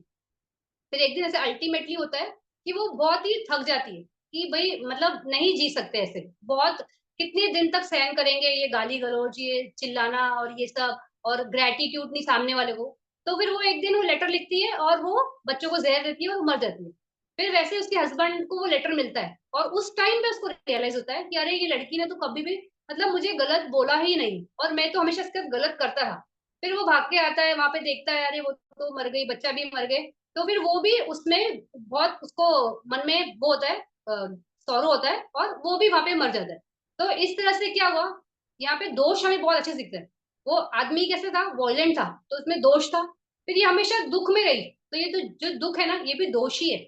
जो सौरो, जो मन को, हमारे हार्ट को खत्म करता है ना, इतना हेवी लगता है ना, पत्थर जैसा, तो दैट इज दोषा ओनली। तो दोषा को समझाने के लिए एक छोटी सी स्टोरी थी। फिर दोषा बहुत ऐसे अलग अलग टाइप में हमें समझ में आता है। जैसे माँ का एक वर्ड है, तो उसका मीनिंग है कि इन ग्रेटिट्यूड, यानी सामने वाले के लिए कोई कृतज्ञता का भाव नहीं होना। तो कैसे होता है, जब कोई अगर हमारी हेल्प करे, तो हमारे अंदर ग्रेटिट्यूड होना चाहिए उसको थैंक यू बोलने के लिए, कि सामने वाले ने इतना सोचा कि उसने मुझे हेल्प करने की सोची, और ना ही सोची उसने मेरी हेल्प की। तो वहां पे हमेशा ग्रेटिट्यूड का भाव होना चाहिए। कभी भी कोई हमारी हेल्प करे ना, तो कृतज्ञता होनी ही चाहिए। तो बहुत से लोग आज के टाइम में, तो ये बहुत कॉमन है कि ऐसे बहुत लोग होते हैं कि लोग जाते हैं उनकी हेल्प करते हैं, और वो जो जो व्यक्ति है जो हेल्प लेता है, वो हेल्प लेने के बाद ये सोचता है कि इन्होंने मेरी पे हेल्प की तो मेरे पे एहसान थोड़ी किया। वो ये सोच ही नहीं रहा है कि इतनी भागदौड़ वाली जिंदगी में लोगों ने, कुछ लोग ठहरे और आपको हेल्प करेंगे और सोचा। अभी ये सब इसमें बहुत है ना, आजकल के यूट्यूब के जमाने में और रील्स के जमाने में, लोग किसी को देखते हैं रास्ते के साइड में बैठा है, फिर उसमें कोई टैलेंट है, फिर उसको प्रमोट करते हैं। फिर वो व्यक्ति फेमस होने के बाद कैसे जवाब देता है, कैसे स्टेटमेंट देता है कि ना, यहाँ पे मैं अपने बलबूते पे पहुंचा हूँ, मुझे किसी ने हेल्प नहीं किया। काफी लोगों का एग्जाम्पल है, नाम नहीं लेंगे हम, लेकिन आप लोगों को भी मालूम होगा। तो ये हमने बहुत देखा है कि इस तरह से। और फिर वो लोगों का क्या हुआ, जब जो ऐसे स्वभाव के लोग थे, थोड़े दिन की चमक थी, फिर बाद में लोगों ने बोला अरे ये तो, इनमें तो बिल्कुल भी ये नहीं है, ग्रेटिट्यूड नहीं है। तो उनका वो फेम, उनका वो नेम, वो मनी, आज वो फिर से वो गुमनामी के अंधेरे में चले गए। तो इस तरह से आपका वो डिस्ट्रक्शन करता है। तो दैट इज माका। फिर इल विल, कोई भी चीज के बारे में मतलब दुर्भावना होना। किसी का वेल्थ देखा, किसी का स्टेटस देखा, किसी का रूप देखा, कुछ भी हो, तो उसके बारे में अच्छा ख्याल नहीं होता है। ऐसा लगता है कि अरे क्या, ये क्यों। तो मतलब अरे वो उनका है, उससे आपका क्या लेना देना है। तो आपको वो हेट मन में क्रिएट करने की जरूरत ही नहीं है ना। वो जेलेसी, वो दुर्भावना, किसी का अच्छा है वो उसके कर्म है, उसने वो कम्मा कमाया है, उसका विपाक है। उसने वो पहले किया, उसको मिला, आपने नहीं किया, आपको नहीं मिला। तो किसी और का है, तो उसमें जेलेसी की बात ही नहीं है, दुर्भावना की बात ही नहीं है ना। तो इस तरह से दुर्भावना। फिर सौरो, शोका, ये बहुत है सब में, कि कुछ भी चीज अनचाही हुई तो रोना, कुछ भी चीज मनचाही नहीं हुई तो रोना। तो हर चीज में बस रोना रोना रोना। और ये रोना क्यों, सबसे पहले तो कोई चीज आपको नहीं मिल रही है, तो उसमें अपना पुरुषार्थ करो ना, अपना वीर्य डालो, अपने एफर्ट्स डालो, आगे बढ़ो, करो, वो करके दिखाओ। नहीं होगा, अगर आपका मान लो आपने बहुत मेहनत की और वो मिलने वाला ही नहीं, क्योंकि आपके कम्मा वैसे सपोर्ट नहीं है ना, वैसा बल नहीं है, तो कोई बात नहीं ना। इस जन्म में नहीं मिल रहा है ना, लेकिन इस जन्म में जो आप एफर्ट्स डाल रहे हो, तो वो आपको आगे ले जाएगा, आगे मिलेगा। तो ये अंडरस्टैंडिंग करानी है ना, कि ये जो भी ये कॉज एंड इफेक्ट की थ्योरी है, वो हम कैसे छूट जाएंगे उसमें, हमें भी मिलेगा। तो किसी भी चीज में शोका करना, ये सोचना कि नहीं। फिर कैसे होता है शोक के बारे में, कि ये जब भी हमारे घर में कोई डेथ होती है, तो सबसे मेन मतलब ये सबसे बड़ा ये है, शोका है या सौरो है लाइफ में।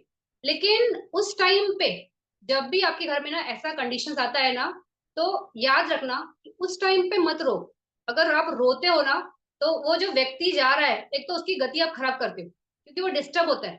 फिर वहां पे आप मैत्री नहीं कर सकते उस पर्सन के लिए। और उस टाइम पे सिर्फ मैत्री ही बल है जो उसकी गति चेंज कर सकती है, मतलब आप उसको सुगति में जाने के लिए हेल्प कर सकते हो। तो मैत्री देना है, रोना नहीं है। और ये तो संसार का नियम है ना, जो आया वो जाने ही वाला है। कौन यहाँ पे मतलब अटल, ये है क्या बोलते हैं, रहेगा ही रहेगा, कोई नहीं रह सकता। फिर जब भगवान बुद्ध का परिनिर्वाण हुआ था, उस टाइम पे आनंद बनते भी रोते हैं, सारे बनते जो थे, जो अनंत थे, वो कोई नहीं रोता है, क्योंकि भगवान बुद्ध का परिनिर्वाण है। वो बेचारे कितने असंख्य से वो पारमियों को पूरी करने के लिए कितनी डिफिकल्ट कंडीशंस में थे, वो ही जानते हैं। मतलब इतने बार उनको इतना क्या बोलते हैं, इतना फिजिकल पेन और इतना स्ट्रेस, मेंटल ये वगैरह सब में से जाना पड़ा, क्योंकि उनको अपनी पारमी पूरी करनी थी और ये करना था। अब वो व्यक्ति ने पारमी इकट्ठा करके बोधि प्राप्त कर ली और अपना काम भी कंप्लीट कर लिया, सबको बुद्ध ये धम्मा सिखा दिया। तो एक खुशी होनी चाहिए कि इतना बड़ी बात हो रही है, तो वहां पे रोना नहीं, लेकिन आनंद बनते वहां रोते, क्योंकि वो श्रोतापन्न थे उस टाइम पे, उनके दोष की जड़ें नहीं कटी है। तो वो मतलब बोल सकते हैं एक स्वाभाविक भाव है ये कि रोना। लेकिन as a Vipassana meditator, as an learner of Dhamma, ये अगर आप समझते हो बात को, इस बात की गहराई को समझते हो कि रोना नहीं है, तो आपके लिए बहुत कुशला हो जाएगा, क्योंकि आप सामने वाले की गति बदल नहीं रहे हो, आप सामने वाले की गति को उल्टा हेल्प ही कर रहे हो। तो बहुत अच्छा हो जाता है। जैसे अभी इसके पहले लोग में बोला कि वो रोते हैं और वो उसकी मदर को डिस्टर्ब करते हैं, तो बेचारी वो पेटा में चली गई, इतनी कुशला दमा वाली, तो उसको डिस्टर्ब किया ना उन्होंने अपने सब बड़बड़ में और इसमें वगैरह, और रोने वगैरह धोने में, और बुक मांग रहे, ये मांग रहे। तो मत करो ऐसा, तो शोका नहीं करना है। तो इस तरह से शोका है। फिर कैसे होता है, पेरेंट्स को ना एक ये होती है एंग्जाइटी, मतलब चिंता होती है, लेकिन चिंता जो है ना वो दोष में नहीं है, लेकिन फिर भी चिंता के बारे में हम यहाँ बात करेंगे, क्योंकि वो भी एक क्या है, एक मेंटल सफरिंग है। तो उसमें क्या होता है, जैसे पेरेंट्स को ये चिंता होती है कि अरे मेरा बच्चा स्कूल पहुंचा क्या, स्कूल से निकला क्या, कॉलेज से निकला क्या, वो ऑफिस से निकला क्या, फिर अगर वो किसी और सिटी में है तो वो अभी अपने इंस्टीट्यूट से घर पहुंचे क्या, खाया क्या, पिया क्या। तो एक चिंता जो है ना मेंटल सफरिंग है। तो दोषा में भी वही है ना, मेंटल सफरिंग है ना। तो इस तरह से एंग्जाइटी भी है, लेकिन ये दोषा नहीं है, इट्स अ चिंता। लेकिन हाँ, वो अगर चिंता की वजह से उनका बीपी बढ़ रहा है और वो उसको हॉस्पिटल पहुंच रहे हैं, तो फिर वो दोषा है। तो फिर वो एक्सट्रीम है, क्योंकि कोई भी चीज एक्सट्रीम में चलेगी तो that will be very negative for. तो इस तरह से एंग्जाइटी। फिर ये जो भी दुख होता है, ये जो भी रोना विलाप होता है, इसमें कहीं भी किसी को भी, अगर कोई नॉर्मल इंसान है, मतलब थोड़ी सी बुद्धि वाला प्रज्ञावान व्यक्ति है, और वो बैठ के सोचे कि रोने धोने विलाप करने में कहीं भी कुछ भी बेनिफिट है क्या, तो अगर उसको लगता है इसका जवाब उसको हाँ में मिलेगा, तो फिर वो मूर्ख है। क्योंकि रोने धोने से कभी भी कोई भी बेनिफिट नहीं मिलता है। उसमें आपका उतना प्रेशर क्रिएट होता है माइंड का। और रोने से, जैसे बहुत बहुत बार बोलते हैं ना लोग कि रो लो आपका दिल हल्का हो जाएगा, अरे क्या हल्का होगा, रोने से और वो कंडीशन बढ़ जाती है, बहुत ज्यादा बढ़ जाती है। और जितनी बार आप उसको याद करोगे ना, उतने उसी स्पीड से रोते हो, और वही चलता है। और एक आदमी अगर जिसको कोई दुख होता है ना, वो 10 लोगों को मिलेगा ना, 10 लोगों के सामने ना उसी इंटेंसिटी से वो रोएगा, उसी इंटेंसिटी से वो बताएगा। कभी भी ये नहीं बोलेगा कि अरे आज मैंने बोल दिया ना, अब मैं पूरा खाली, अब मैं कभी लाइफ में इस बात का जिक्र नहीं करूंगा। ऐसा नहीं होता है, कभी नहीं होता है। तो समझना है कि सफरिंग है, दुख है, उसमें रोने की क्या बात है। तो जैसे वो हमारे ये बोधिसत्व थे, मतलब भगवान बुद्ध जब बोधिसत्व थे, तो काफी लाइफ में उन्होंने बहुत सफर किया। लेकिन वो जो भी सफरिंग थी ना, दैट वर फिजिकल सफरिंग, मतलब उनको बहुत कष्ट होता था कि ये कंडीशंस में, जैसे खाना नहीं मिल रहा है, या बहुत धूप में कुछ कर रहे हैं, या कुछ ऐसा एक्सपाइज दैट, बहुत एक्सट्रीम कंडीशंस में उन्होंने वो काम किए। लेकिन किसी में भी ना उन्होंने मेंटली सफर नहीं किया, क्योंकि उनको मालूम था कि ये जीवन है, सफरिंग है, तो ऐसा ही होता है। फिर मल्लिका की बहुत अच्छी ये है, मतलब अच्छा नहीं बोलेंगे, लेकिन उसमें ये समझ में आता है कि सौरव सोका कैसे होता है। तो ये मल्लिका जो है ना, ये पसंजीत की वाइफ नहीं, ये बंधुला की वाइफ है। और ये बंधुला जो है ना, ये पसंजीत का ही आर्मी चीफ है।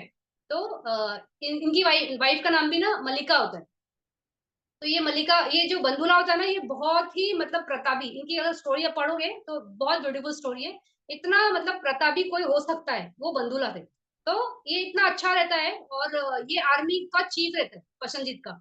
और ये कैसे रहता है, इनको ना कितना 16 जुड़वा बेटे रहते हैं, यानी 32 लड़के रहते हैं इनको। और ये खुद भी बहुत प्रतापी रहता है, और इनके बच्चे जो है ना, जो 32 लड़के हैं ना, जो 16 जुड़वा बच्चे, वो भी बड़े प्रतापी होते हैं। तो कैसे होता है कि जब भी ये इसमें राजमहल में आते थे, वो जो होता है ना राजा का कोर्ट, तो उसमें आते थे, तो ये इनकी एक अलग ही वो रहती थी, आभा रहती थी कि फादर आगे, बच्चे पीछे, और उनके सेवक उनके पीछे। तो इस तरह से हमेशा जो भी लोग देखते थे ना, तो वो एक तो देखते थे, और उसमें उनको जलन बहुत होती थी कि मतलब इतना वैभव किसी का हो सकता है, और इतना प्रतापी, इतना पराक्रमी। तो क्या होता है, वो ना धीरे धीरे क्या करते हैं, प्रसन्नजीत का ना कान भरना शुरू करते हैं कि ये आपने इसको आर्मी का चीफ बना के रखा है, और ऐसा ना हो जाए कि एक दिन बंधुला आपका राज को हड़प ले, और फिर आप क्या करोगे। और पसंदजीत कैसा था, लेस प्रज्ञावान, ज्यादा होशियार नहीं था, और कच्चे कान का। तो वो ये बात को एक्सेप्ट करता है कि हाँ ऐसा हुआ तो मैं क्या करूंगा। तो फिर क्या करता है, वो प्लान करता है कि इनको एक काम के लिए बाहर भेजता है दूसरे सिटी, बोलता है कि वहां पे जाना है, वहां पे कुछ प्रॉब्लम होगी, तो आप सब जाओ। और देखो वहां पे क्या हुआ।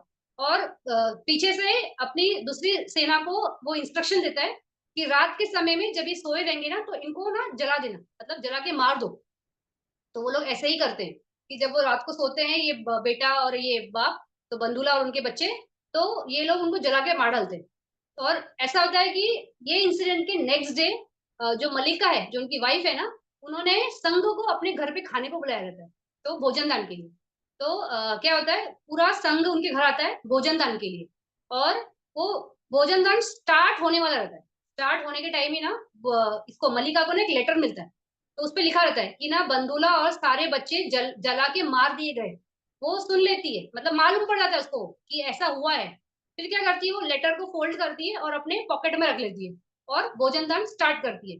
तो भोजन दान जब स्टार्ट होता है तो जब वो सारी पुत्र बनते के सामने पहुंचती है, तो वो घी का मटका लिए रहती है और घी का मटका ना उसके हाथ से छलक जाता है और वो नीचे गिर के फूट जाता है और सारा घी जमीन पे। तो सारी पुत्र बनते देखते हैं कि ऐसा हो गया। तो सारी बनते सोचते हैं कि नहीं क्या इनको बुरा लगा होगा कि अरे मेरे हाथ से घी का मटका छलक गया और वो गिर गया। तो सारी पुत्र बनते ऐसे बोलते हैं कि हर चीज नष्ट होती है ना, तो ये तो मटका था, मटका का तो स्वभाव है फूटना, तो इसमें क्या दुख करना। तो ये शब्द मल्लिका सुनती है ना, वो बड़े एकदम ऐसे रिलैक्स्ड माइंड से बिल्कुल रिएक्ट नहीं करती है। वो लेटर निकालती है और सारी पुत्र बनते को देती है। फिर सारी पुत्र बनते पढ़ते हैं। फिर सारी पुत्र बनते को समझता है कि इतना असीम दुख होने के बाद भी ये कितनी बैलेंस्ड है। इसने अपना जो संघ को दान देना है उस एक्टिविटी को रोका नहीं, क्योंकि वो घटना घट गई, अभी हस्बैंड नहीं है, बच्चे नहीं है, मर गए सब, लेकिन वो उसमें क्या कर सकती है। तो वो वहां पे रोती नहीं है, मतलब इतना दुख होने के बाद भी रोती नहीं है। तो इतना तो धैर्य नहीं है किसी में। लेकिन ये बात को समझना है कि दुख करके मिला क्या। वो रोती अगर, तो वो संगदान नहीं करती, इतना बड़ा कुचला उसके हाथ से जाता सबसे फर्स्ट तो एक्टिविटी। फिर रोती तो अपना वो दोष बढ़ाती और अपना अपने लिए प्रॉब्लम क्रिएट करती, और ये एक ऐसा दुख है कि वो शायद उसके साथ जिंदगी भर चलता और लास्ट में इसी दुख के साथ मरती और अपाया चली जाती। तो उसने वो नहीं किया, उसने अपनी गति नहीं बदली। तो दुख आपको ऐसा ऐसा करवाता है कि वो आपकी गति बदल देता है। आप उसके साथ जितना रहोगे, दुख बढ़ते ही जाएगा, दुख कभी घटता नहीं। जैसे लोभा बढ़ता है वैसे दुख भी बढ़ता है। तो ये अकुशल दमा ऐसे ही है, जितना आप उनको बढ़ाओगे वो बढ़ते ही जाएंगे, घटते नहीं। फिर जैसे बोला कि फिजिकल सफरिंग होती है या मेंटल सफरिंग होती है। तो फिजिकल सफरिंग तो सबको है, जैसे हम गृहस्थ हैं तो अपना लाइवलीहुड अर्न करने के लिए सुबह से उठते हैं, रात तक काम करते हैं, या जैसे भी जिसका ये रहेगा, स्केड्यूल रहेगा, तो वो काम करना है, पुरुषार्थ करना है। उसमें हमें फिजिकल सफरिंग भी होती है, बहुत थक जाते हैं, कभी ऐसा होता है कि टाइम पे खा नहीं पाते हैं, कहीं बाहर चले गए उस टाइम पे, या कुछ कुछ कुछ मतलब जो भी है। तो ये सफरिंग्स है, लेकिन ठीक है, that is a part and parcel of life. तो इस सफरिंग को हम अगर एक्सेप्टेंस से करते हैं रोज हमारी, क्योंकि लाइफ ऐसे ही चलती है, तो उसमें हमें सफरिंग नहीं लगती है ना। हमें लगता है कि ठीक है, क्या फर्क पड़ता है। लेकिन अगर हम लोग रोज सुबह उठ के ये बोले, अरे अभी मुझे उठना पड़ा, अभी मुझे क्लास जाना है, मुझे अभी क्लास करवाना है, मुझे अभी ऑफिस जाना है, मुझे अभी ये करना है, और रोज हम ऐसे रोते रहेंगे तो वो सफरिंग है ना। तो इस तरह से सफरिंग को से अपने आप को डिस एसोसिएट करना है, सफरिंग में इन्वॉल्व नहीं होना है। तो ये ध्यान रखना है कि सफरिंग इस तरह से है, और इसको आप अपने वीर्य से उस चीज पे वर्क करिए, ना कि इससे कि आपको उसमें सफर करना है। वीडियो काफी क्रैक हो रहा है क्या? ठीक। फिर ये जो हमारा लाइफ है, तो इसको मैनेज करने वाले ना कुछ धम्मा होते हैं, उसको बोलते हैं लोकपाल धम्मा। यानी इन धम्मा की वजह से ये लोक चलता है। तो उसमें चार धम्मा है जो कुशल है, और चार धम्मा है जो उसके विपरीत चलते हैं। तो कुशल में क्या है, अलोक, यानी अगर कोई व्यक्ति पैसा कमाता है, धन कमाता है, लेकिन इस इंटेंशन से कि ये पैसा मैं लोगों के साथ बांटू और सबकी डेवलपमेंट में हेल्प करूं, तो उसको बोलते हैं अलोक। तो ये कुशल लोकपाल धम्मा है। तो वहीं उसके उल्टा है लोभा, यानी आप कमा रहे हो लेकिन किसी के साथ शेयर नहीं कर रहे हो, यानी कंजूसी करते हो। तो ये अकुशल लोकपाल धम्मा है, यानी इसमें लोक को पालना नहीं, उसके विपरीत चलना, मतलब एक स्वार्थीनेस। तो दैट इज अकुशला। फिर ये यशा या अयशा। तो अयशा यानी कैसे कि ये जो भी देखो, कोई ये होता है धर्म गुरु होता है या कोई बातें बताता है, तो हमेशा उसके कोई फॉलोवर्स होते हैं, और ये फॉलोवर्स जरूरी होते हैं। जैसे भी गुरु जी भी इंडिया आए थे, तो उन्होंने बोला कि मैंने जब लिस्ट बनाई तो 100 से ज्यादा की लिस्ट नहीं बनी थी, लेकिन आज लाखों का परिवार है, आज लाखों धम्मा ब्रदर्स एंड सिस्टर्स है सिर्फ इंडिया में, बाहर तो कितने होंगे मालूम नहीं, लेकिन इतना बड़ा परिवार बन गया। तो फॉलोअर्स थे, इसलिए ये मैसेज आगे आगे पहुंचा और ये आगे आगे बढ़ा। तो अच्छी चीजें जो है ना वो इसी तरह बढ़ती है कि सपोर्ट मिलता है, संघ है। संघ भी देखो आज इंडिया में बड़ा हो रहा है, बाहर तो बहुत बड़ा बड़ा संघ है, मतलब लाखों बनते हैं। तो म्यांमार हो गया, कंबोडिया हो गया, वियतनाम हो गया, वहां का संघ बहुत बड़ा है। तो इस तरह से फॉलोअर्स बढ़ना और इस सब चीजों का, तो ये अच्छी चीजों के अगर फॉलोअर्स बढ़ते हैं तो वो सोसाइटी को बचाएगी, वो हेल्प करती है। लेकिन वही अगर विपरीत कि आपके पास फॉलोअर्स नहीं है तो कोई बात नहीं है, फॉलोअर्स नहीं है तो भी अगर आपका मैसेज राइट है तो आप उस पर चलो, भले 2-3 लोग ही आपको फॉलो करेंगे, उसमें कोई वो गलत बात नहीं है। ऐसे होता है कि गलत बात, ये सही वालों को भी शायद कभी सपोर्ट नहीं मिलेगा, लेकिन उससे वो हम अकेले हैं तो इसलिए हम अपना पाथ छोड़ दें और चेंज कर दें, इसकी जरूरत नहीं है। फिर प्रशंसा और निंदा, तो जब भी कोई अच्छा चीज करता है तो हमेशा उसकी प्रशंसा करनी चाहिए कि हाँ ये बहुत अच्छा कार्य है। जैसे गुरुजी ने इतना अच्छा कार्य किया तो वो प्रशंसा का ही बात है, उसमें कभी भी दोष नहीं ढूंढना कि ये कैसा, क्यों ऐसा, ऐसे रूल बनाए वैसे रूल बनाए ये वो, उसमें कोई बात ही नहीं है। रूल्स इसलिए बनाए क्योंकि डिसिप्लिन के बगैर कोई व्यवस्था नहीं चल सकती है। अगर कोई भी व्यवस्था चलती, कोई भी ऑर्गेनाइजेशन चलते हैं या एस्टेब्लिश रहते हैं और हमेशा कंटिन्यू होते हैं, तो they are because of discipline. तो डिसिप्लिन बहुत जरूरी होता है, तो उसकी प्रशंसा ही करनी है, कभी भी उसकी निंदा नहीं करनी। फिर संसार क्या है, संसार में दो ही चीजें बहुत क्लियर है, इट इज सुख और दुख। तो कोई चीज अच्छी होती है और बुरी भी होती है, तो डिपेंडिंग अपॉन कम्मा। तो कम्मा आपका अच्छा है तो अच्छे रिजल्ट्स आएंगे, बुरा है तो बुरे रिजल्ट्स आएंगे। तो उसको अंडरस्टैंड करना है कि हमारे ही विपाक है, इसकी वजह से हमारे साथ अच्छा नहीं हो रहा है, हमारे ही विपाक है जिसकी वजह से हमारे साथ अच्छा हो रहा है। तो इस तरह से ये धम्मा को समझना है, इस तरह से इन चीजों को समझना है, इस तरह से इन चीजों को अप्लाई करना है। फिर कोई भी चीज में अगर बहुत ज्यादा गुस्सा होगा, इंटेंस मतलब दोषा होगा, तो क्या होता है वहां पे मटेरियल लॉस होता है, फिर ये अपना फेम को लॉस होता है। जो भी पर्सन दोषा करेगा ना तो उसमें इंफिनिटी कॉम्प्लेक्स भी बहुत होता है। तो इन्फिनिटी कॉम्प्लेक्स से क्या होता है, आपका ही मान हान मतलब आपका ही रिस्पेक्ट कम होता है ना, आपको आप में डर होता है, ये होता है, आप लोगों के सामने एक्सपोज होते हो। तो दोषा इस तरह से डिस्ट्रॉय ही करता है, डिस्ट्रक्शन ही दोषा है। फिर दोषा का ही और एक कैटेगरी है जिसे बोलते हैं ईसा। ईसा मतलब क्या है, एनवे यानी जलना। तो दूसरों की प्रगति को देखकर जलना, दैट इज ईसा। तो इसमें कैसा ये होता है कि आपको किसी का वेल्थ देखा, किसी का रूप देखा, किसी का नॉलेज देखा, किसी की प्रगति देखी, तो उसमें जलन कि ये ऐसा क्यों है। तो वो इसलिए है क्योंकि उसमें वो क्वालिटी है, आपको चाहिए, आप अपनी क्वालिटी डेवलप करो, आपको किसने रोका है। तो जलने की वहां पे बात ही नहीं है, जितना जलोगे उतना खुद के लिए हानि करोगे, क्योंकि प्रोग्रेस तो होने वाली नहीं है, सिर्फ जलने से प्रोग्रेस नहीं होती है। तो एक तो प्रोग्रेस नहीं हुई और ऊपर से आपका ये आपका चित्त इतना दूषित हो रहा है कि आपका गति भी आप क्या कर रहे हो, दुगति की तरफ जा रहे हो। तो वो नहीं करना। फिर ये जो ईसा है ये ना खास करके ना फियर मतलब एक लेवल की जो कैटेगरी में होते हैं ना उसमें काफी ये होता है, ये जेलेसी बहुत होती है।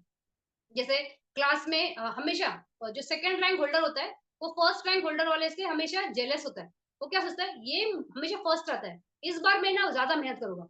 तो वो जलन की वजह से वो बच्चा देखो कभी सेकंड वाला फर्स्ट नहीं आता है, वो हमेशा सेकंड ही आता है, कितना भी ट्राई करे। और जो फर्स्ट वाला है वो आराम से पढ़ाई कर रहा है ना, उसको किसी को दिखाने के लिए नहीं पढ़ना है, उसमें वो वीर्य है, वो पढ़ रहा है और वो करता है।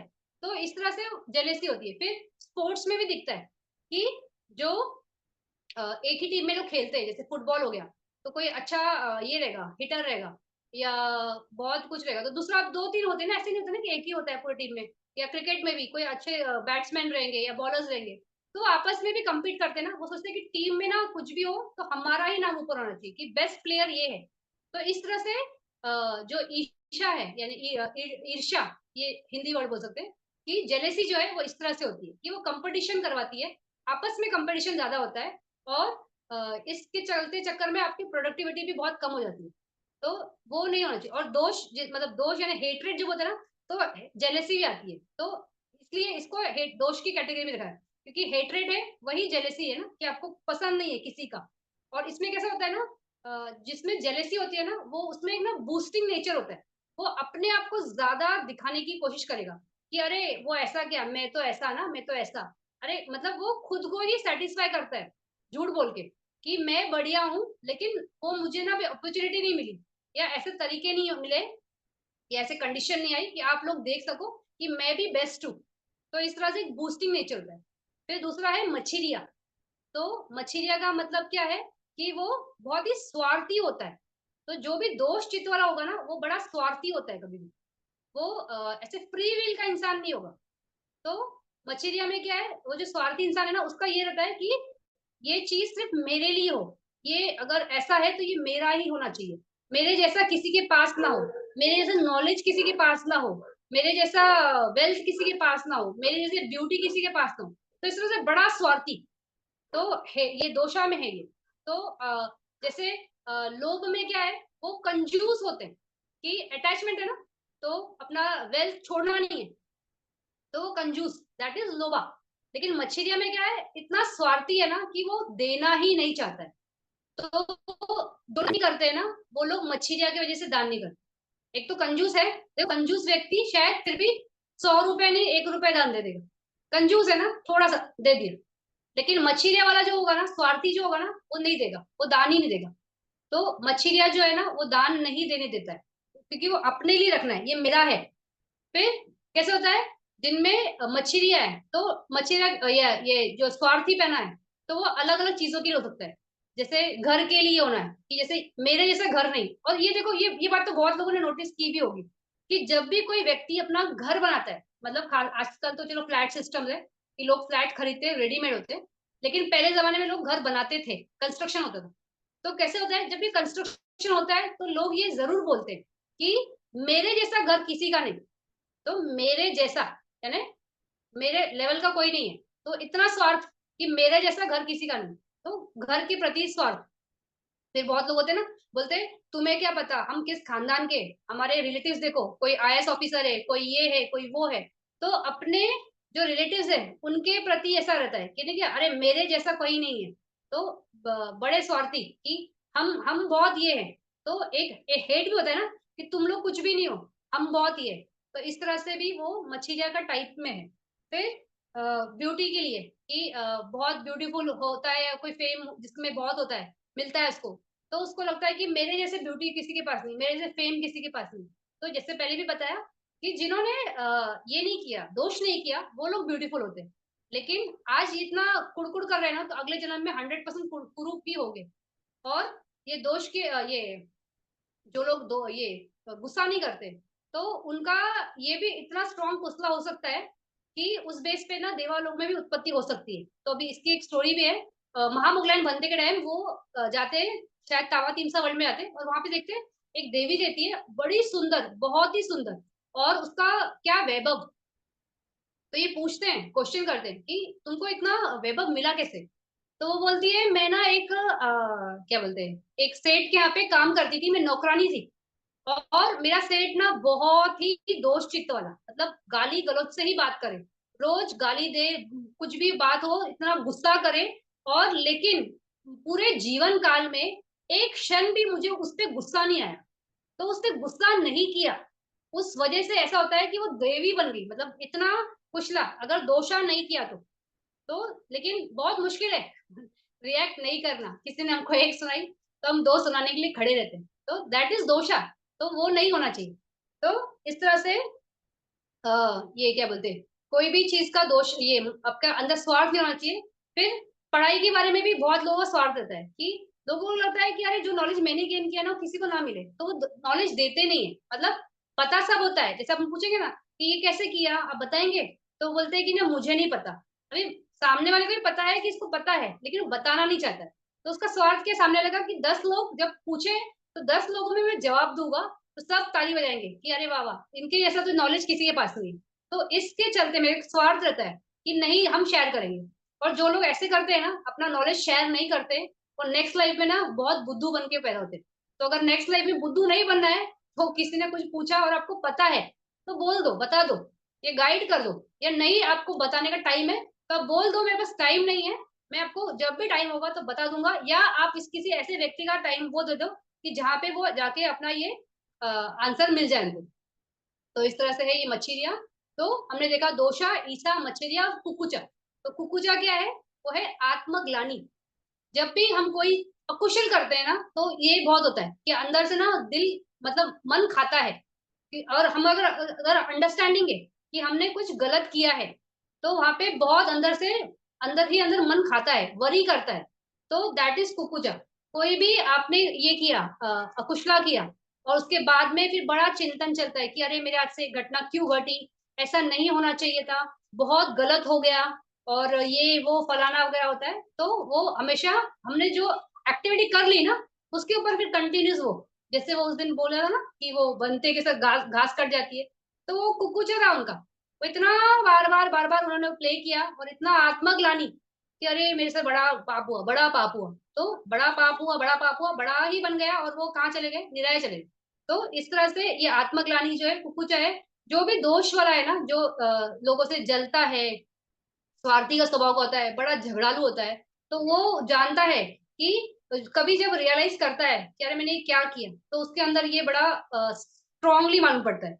और कैसे ये इसके लिए पर ये भी है कि क्या कैसे होता है, भगवान ये भगवान बुद्ध के टाइम पे बिम्बिसारा के साथ ये घटना घटी थी कि ये उनको ना अचानक से ना पेटास की आवाज आने लगी थी, कि उनके जो रिश्तेदार थे ना, तो उनके आवाज आती थी कान में। तो फिर उन्होंने भगवान बुद्ध को पूछा, तो फिर भगवान बुद्ध उनको बताते हैं कि ये आप भी ना इनके साथ थे, और आपने इनको प्रॉमिस किया था कि जब आप यहाँ से निकल पाओगे और आप ह्यूमन वर्ल्ड में आओगे ना, और जब भी आप कुशला करोगे तो आप इनके साथ शेयर करोगे, लेकिन आप शेयर करना भूल गए ना, इसलिए ये आपको तंग कर रहे हैं। मतलब इनका आवाज आ रहा है आपको, उनका जो वहाँ पे वो जो राग विलाप जो होता है ना, चिल्लाना, सफरिंग है ना निराय में, तो इस वो आवाजें सब यहाँ आ रही है। तो उस टाइम पे क्या होता है ना, जब ये आवाज आती है ना, तो इनको ना कुछ शब्द भी सुनाई देते रहते हैं। तो ऐसा होता है दू, ना, सो, सा, ऐसा सिर्फ 4 शब्द सुनाई देता है। तो ये पूछते हैं कि ये शब्द किसके हैं? फिर भगवान बुद्ध उनको बताते हैं कि बहुत पहले ना 4 लड़के थे, और वो बहुत पैसे वाले खानदान में पैदा हुए थे, काफी अमीर थे वो। और लेकिन ना पूरी जिंदगी ना उन्होंने ना व्यभिचार किया और टाइम पास किया। तो मरने के बाद वो निराय में गए, और ऐसे निराय में गए जहाँ पे ये पूरा वो था ना, क्या बोलते हैं, मोल्टन लावा, ये लोहा, पिघला लोहा। तो उसमें उनकी मतलब ऐसा बड़ा सा कटोरा है, उसके अंदर वो पिघले लावे में ये लोहे में उनके वो अंदर उसमें नीचे दबे हुए, मतलब फ्लोट कर रहे हैं। और बड़े मुश्किल से, मतलब ना नीचे से वो स्विम कर करके ऊपर पहुंचते हैं, और सिर्फ उनकी मुंडी बाहर निकलती है, और सिर्फ मुंह से एक एक जन के मुंह से सिर्फ ये शब्द निकलता है कि ना डू, और वो वैसे डूब जाता है। फिर दूसरे के मुंह से निकला ना, फिर वो डूब जाता है। तीसरे के सो, फिर वो डूब जाता है। फिर सा, ऐसा डूब, मतलब वो सेंटेंस कंप्लीट भी नहीं कर पाते, उतना ही बोल पाते, फिर डूब जाते हैं नीचे। तो जो बोलते हैं ना दू, वो ये बोला जाता है कि पिछले लाइफ में मैं बहुत ही अच्छे फैमिली में पैदा हुआ था, बहुत रिच फैमिली में पैदा हुआ था, लेकिन मैंने कुछ भी कुचला नहीं किया, कोई पारमी इकट्ठा नहीं की, और सिर्फ व्यभिचार किया। तो ये बोलना चाहता था, इतना बड़ा सेंटेंस वो बोलना चाहता था, लेकिन वो बोल नहीं पाता है, वो डूब जाता है। फिर दूसरा बोलता है कि ये जो है, ये कितना पेनफुल है, मतलब हम यहाँ पे इतनी यातनाएं सहन कर रहे हैं, और इतना दुख है कि सहन के बाहर है। तो वो ये सब बताना चाहता था, लेकिन वो बता नहीं पाता है, वो सिर्फ एक ना, ऐसा कोई एक शब्द बोलता है, और फिर वो डूब जाता है। तो इस तरह से जब व्यक्ति कुछ गलत करता है ना, अकुशला करता है, तो वो इसी तरह जलता है। वो अभी इस स्टोरी में तो ये है कि वो आगे के लाइफ में, मतलब उनको उसका विपाक मिला, और वो वहां पे ये कर रहे हैं, अंदर वहां पे इसका चिंतन कर रहे हैं कि हमने अपना लाइफ कैसे खोया, कैसे गवा दिया, और आज हम सफर कर रहे हैं, और उनको बड़ा दुख होता है।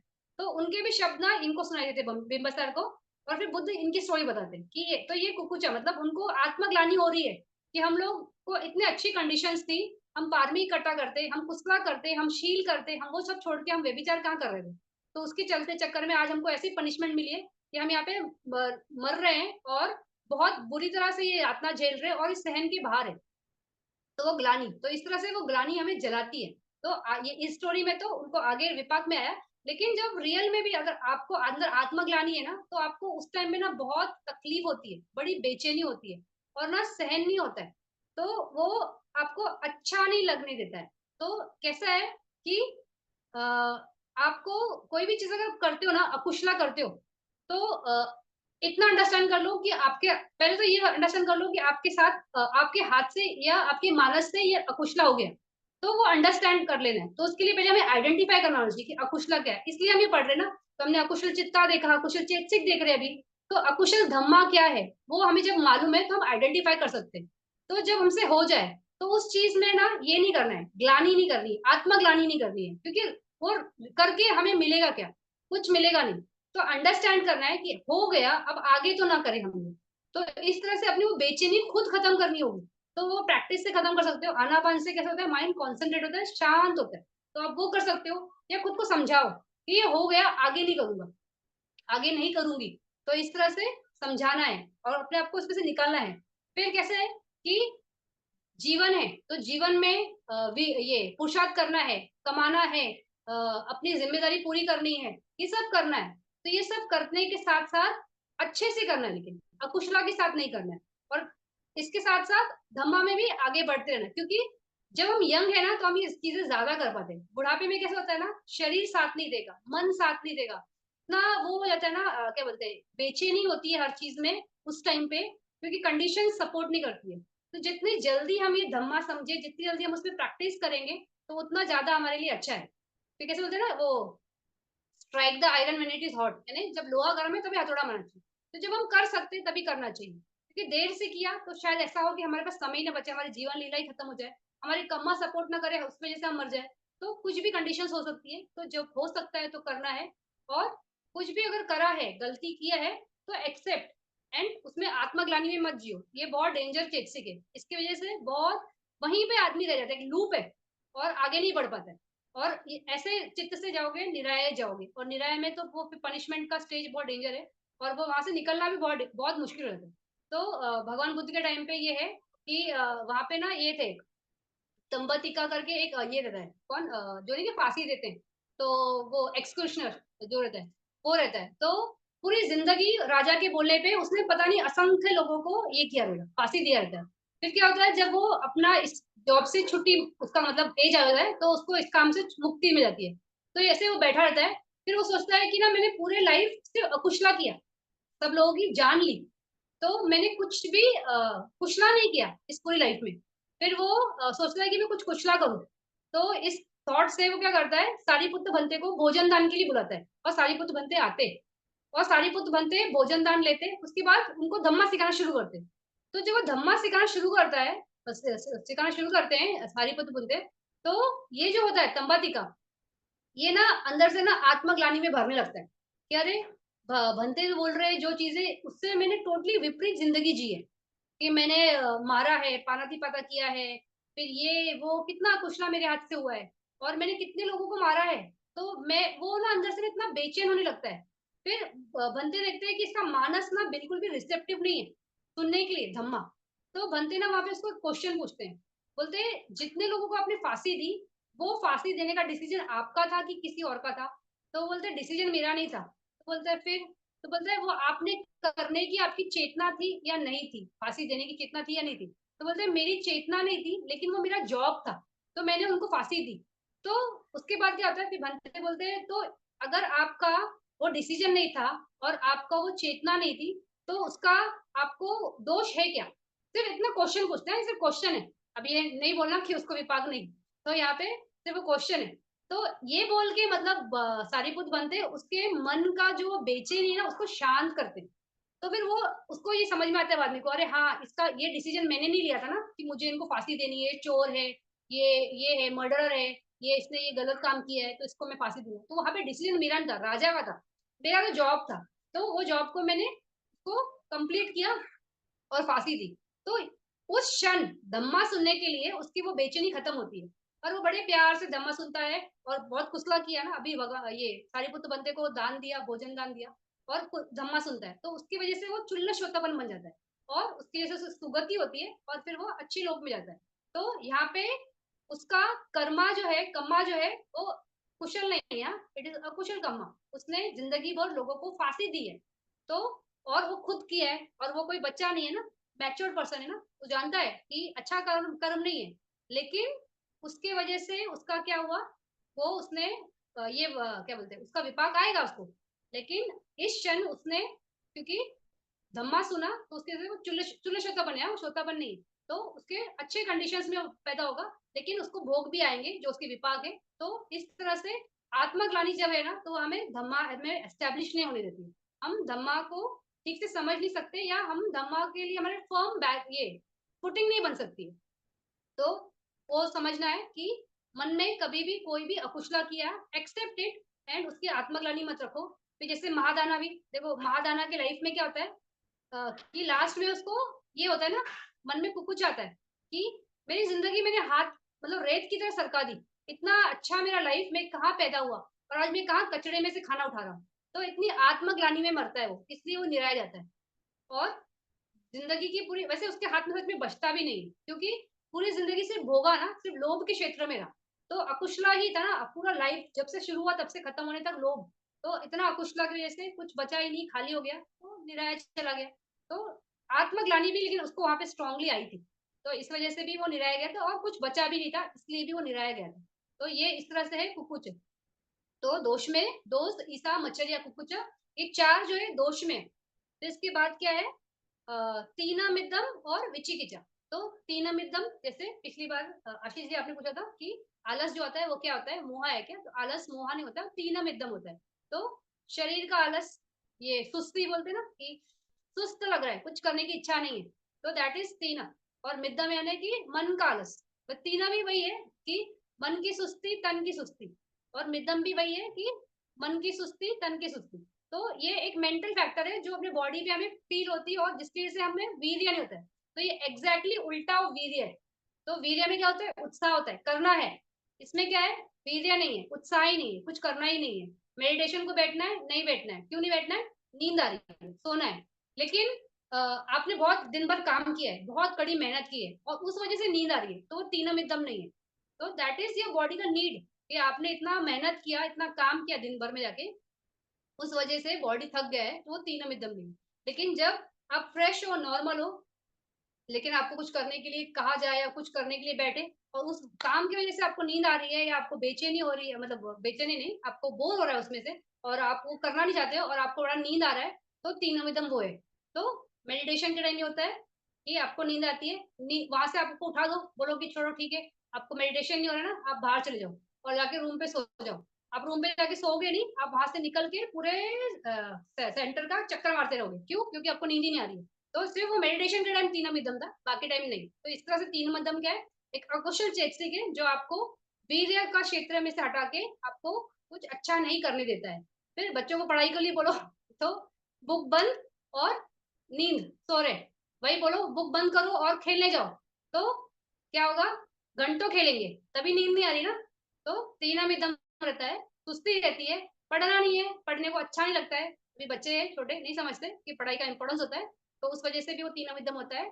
लेकिन जब व्यक्ति समझ जाता है ना कोई चीज का इंपॉर्टेंस, जैसे मेरा भी एग्जाम्पल है, मैं बचपन में पढ़ाई में बिल्कुल भी होशियार नहीं, मतलब होशियार नहीं, ऐसा नहीं कि होशियार थी, बट मुझे इंटरेस्ट नहीं था। मुझे ऐसा लगता था अरे घंटों कौन पढ़ेगा। मैं सिर्फ एग्जाम्स के टाइम पढ़ती थी, और I was getting good marks, मुझे कभी फर्स्ट रैंक का उसमें कोई इंटरेस्ट नहीं था। तो मुझे बोर होता था पढ़ने के लिए, सिर्फ एग्जाम के टाइम पढ़ना ठीक लगता था, बाकी टाइम पे नहीं।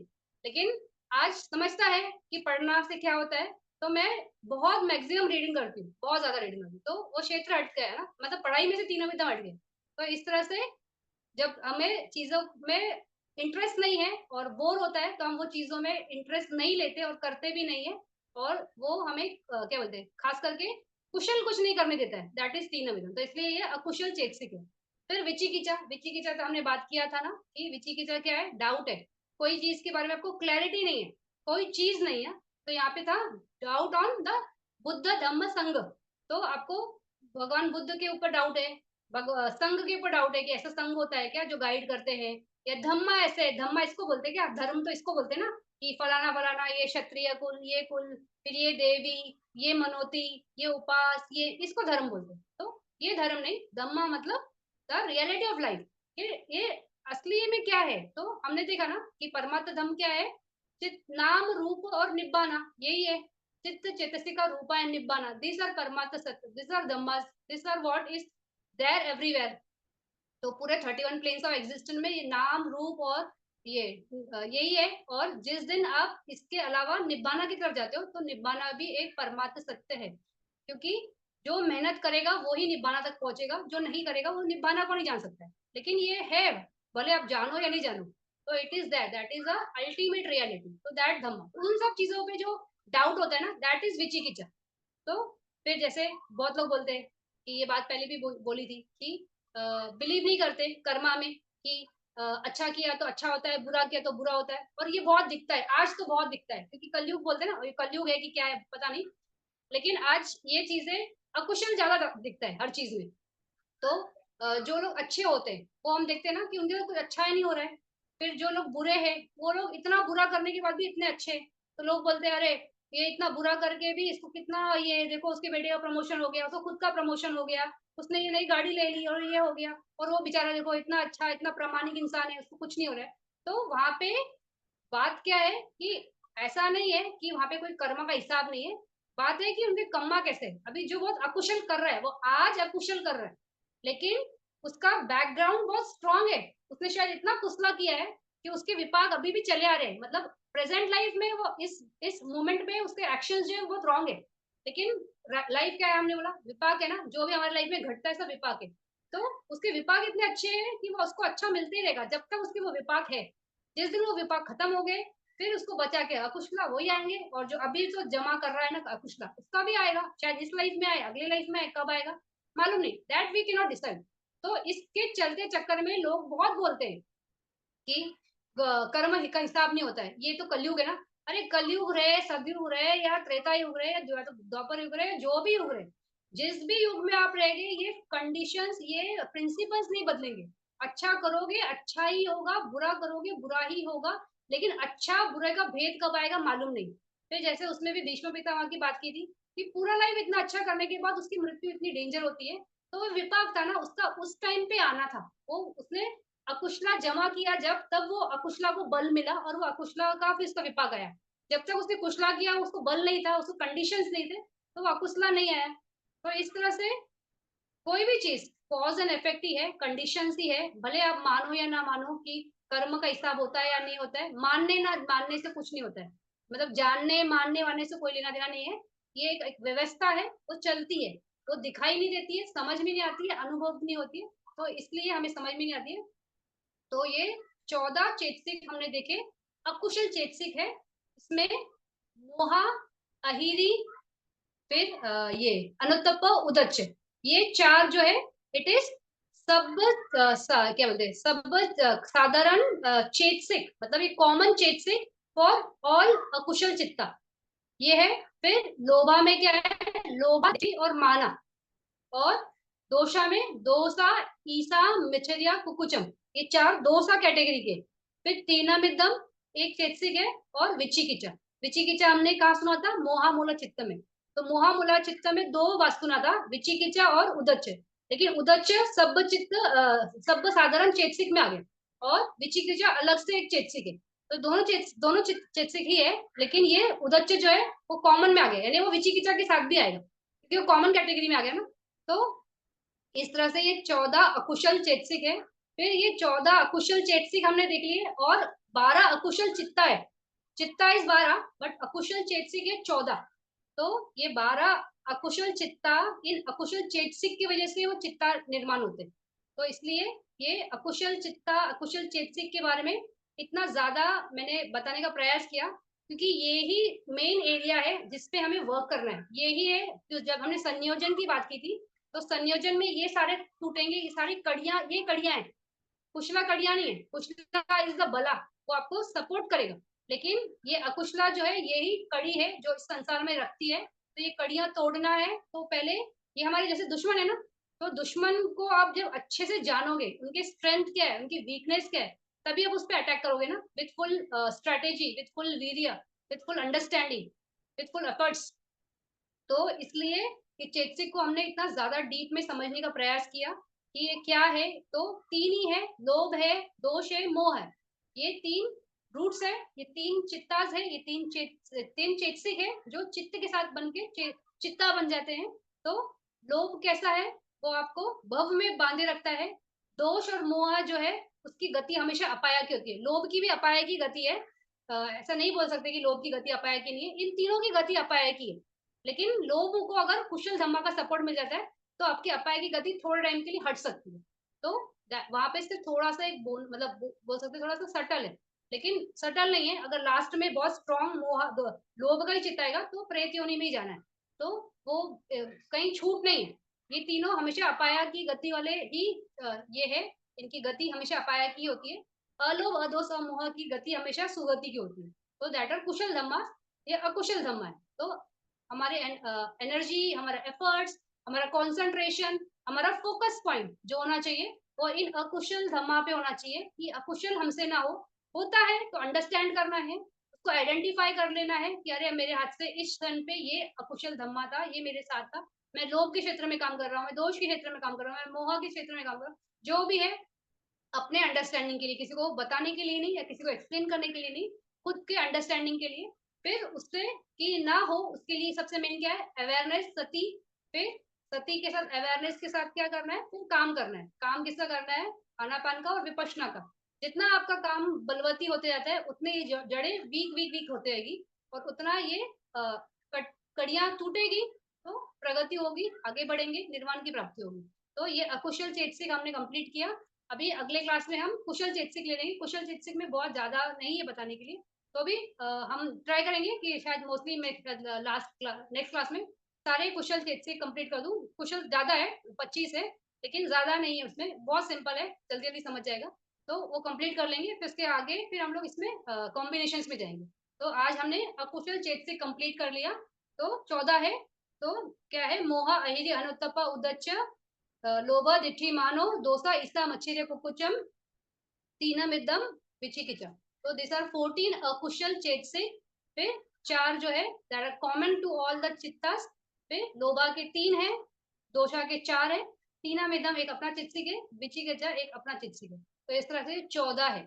और इसके पहले हमने देखा था अन्य समाना 13। तो 13 एथिकली वेरिएबल चेतसिक थे, जिसमें 7 क्या थे, यूनिवर्सल थे। तो सारे चित्त के साथ जाएंगे वो 7। फिर 6 जो थे वो पाकीना का यानी ओकेशनल, यानी किसी के साथ जाएंगे किसी के साथ नहीं जाएंगे, किसके साथ जाएंगे किसके साथ नहीं जाएंगे वो आगे की बात। और आज हमने अकुशल चेतसिक कंप्लीट कर लिया। अभी कुशल चेतसिक कंप्लीट करेंगे। कुशल चेतसिक के बाद फिर आगे की बात। तो अगर कुछ क्वेश्चंस है तो पूछ सकते हैं, है 5 मिनट्स, नहीं तो फिर नेक्स्ट क्लास में हम कुशल चेतसिक के साथ मिलेंगे। मुझे पूछना था कि हाँ। कुछ दान जो करते हैं, कुछ हम्म। दान ऐसे होते हैं कि जल्दी फल मिलता है, और कुछ दान अगले जन्म में या कुछ बहुत टाइम के हाँ। बाद। ये ऐसा क्यों होता है, यानी हाँ। किस किस की वजह से गुड। ऐसा होता बहुत अच्छा क्वेश्चन है। ये कैसा है ना कि दान क्या है, इट इज योर सीड्स ना, सीड्स ऑफ कुसला। तो अगर इसको एग्जाम्पल को एक फार्मर के एग्जाम्पल से समझते हैं कि अगर किसी फार्मर के पास उपजाऊ जमीन है, यानी बहुत अच्छी सॉइल है, और उसके पास बाकी चीजें भी है, फर्टिलाइजर्स है, सब कुछ है, पानी वहां पे बहुत अच्छा आता है, सब कुछ है, तो वो वहां पे अगर वो बीज लगाएगा तो ऐसा भी होगा कि 15-15 दिन में उसकी फसल आएगी। कहीं वही दूसरा कोई ऐसा व्यक्ति है जिसके पास अच्छी क्वालिटी का जो सीड नहीं है, या चलो सीड है, अच्छी क्वालिटी का सीड है, लेकिन सीड अच्छी क्वालिटी का ही होगा क्योंकि दान है ना, तो हम उसको सीड ही पकड़ रहे हैं, तो अच्छी क्वालिटी का सीड है। लेकिन उसकी जो जमीन की कंडीशन है, पथरीली है, उबड़ खाबड़ है, पानी वहां पे नहीं है, तो वो कितना भी मेहनत करेगा तो क्या होगा, बहुत मेहनत करने के बाद ना छोटे छोटे झाड़ आएंगे और वो इतने अच्छे नहीं होंगे।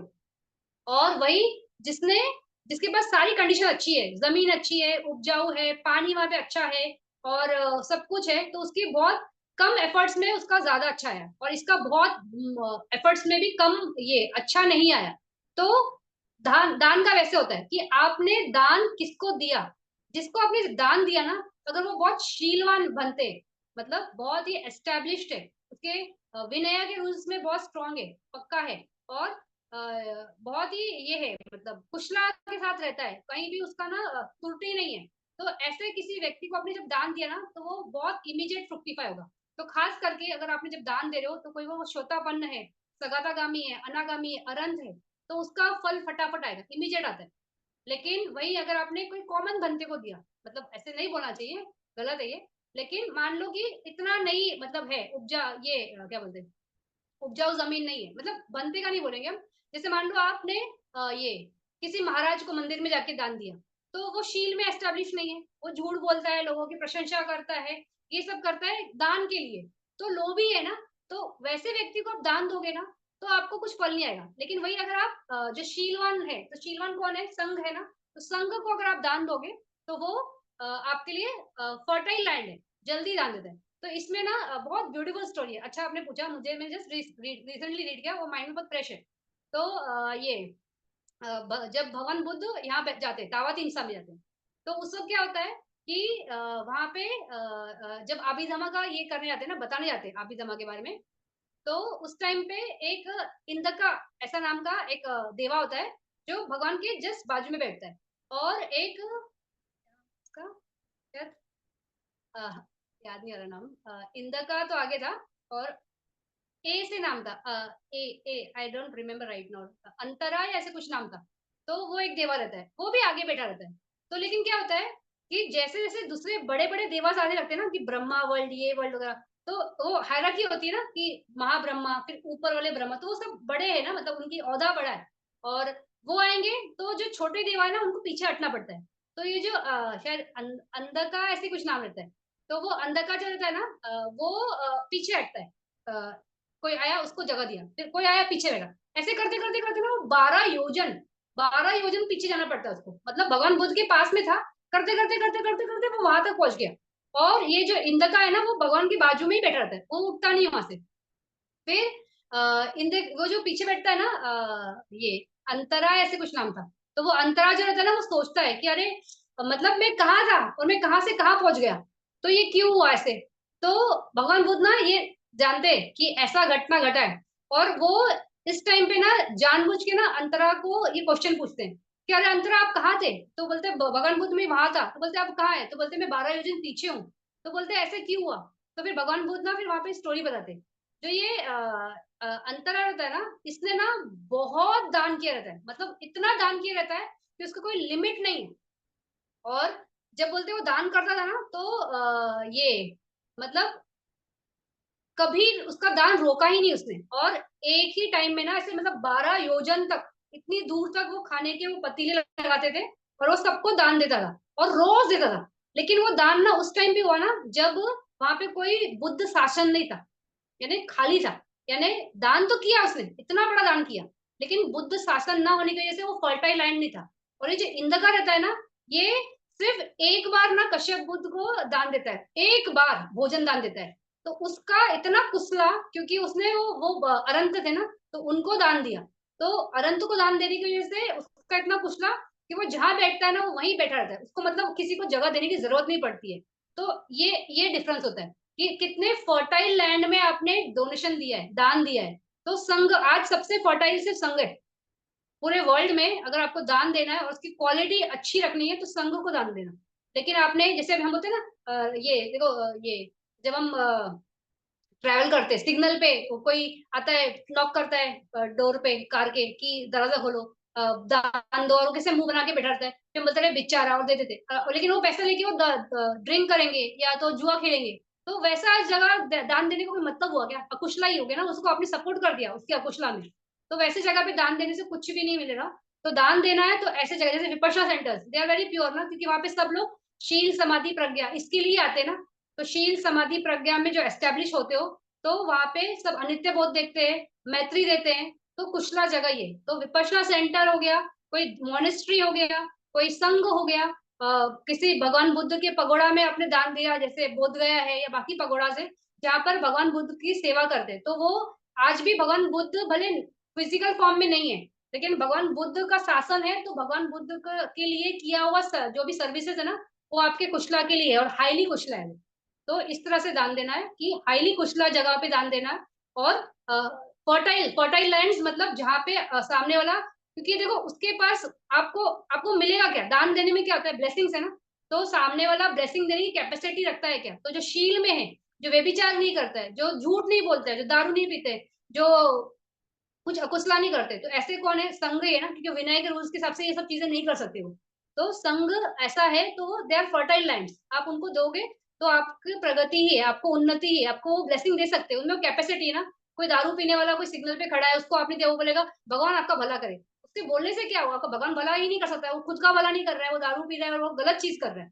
तो फर्टाइल लैंड में दान दो, आपके लिए ज्यादा बेटर है। तो इस तरह से दान होता है। और इमीडिएट दान का रिजल्ट देखना है तो अरंत भंते को देना दान, तो इमीडिएट रिजल्ट आएगा। और खास करके निरोधा समापत्ति, अभी हमारे यहाँ इंडिया में तो मुझे नहीं नॉलेज है कि यहाँ पे कोई अरंत बनते हैं क्या, लेकिन अगर कोई भी बनते, ये अनागामी और अरंत बनते, ये लोग निरोधा समापत्ति में जाते हैं। तो उसमें क्या होता है, 7 डेज के लिए ना वो सिर्फ झानास में रहते हैं। और जिस टाइम पे वो झाना से उठते हैं, मतलब 7 डे वो खाते पीते नहीं है, और उठे वो और दान के लिए वो मतलब खाने के लिए जब बाहर निकलते हैं, और उस टाइम पे अगर आपने उनको दान दे दिया, मतलब आपका गुड लक कि आप दान के लिए निकले हो और आपके सामने कोई निरोधा समापत्ति वाला बनते अगर आ गया और आपने उनको दान दे दिया, तो इमीडिएट उसका उसी उसी वक्त फल आता है, उसके फल में भी रुकता नहीं है। तो ऐसा एग्जाम्पल है भगवान बुद्ध के टाइम पे कि भगवान बुद्ध के टाइम नहीं, कश्यप बुद्ध के टाइम पे वो निरोधा समापत्ति में जाते हैं, निरोधा समापत्ति से उठते हैं, और एकदम एक बहुत ही गरीब हस्बैंड वाइफ रहते हैं, वो लोग उनके लिए ना खाना बनाते हैं। और ये जो सखा होता है ना, वो जान जाता है कि ये लोग ना कश्यप बुद्ध के लिए खाना बना रहे हैं, तो वो आके वहां पे हेल्प करता है। तो वो उसकी वजह से क्या होता है कि उसको भी वो दान का हेल्प मतलब सपोर्ट मिल जाता है। तो वो कश्यप बुद्ध बोलते हैं ऐसा मत करना, क्योंकि देवास जान सकते हैं ना कि निरोधा समापत्ति वाला अरंत कौन है। तो वो बोलते हैं अपनी क्वालिटी यूज मत करो ऐसा करने के लिए, क्योंकि वो चाहते थे कॉमन पब्लिक को या नॉर्मल पब्लिक को मिले।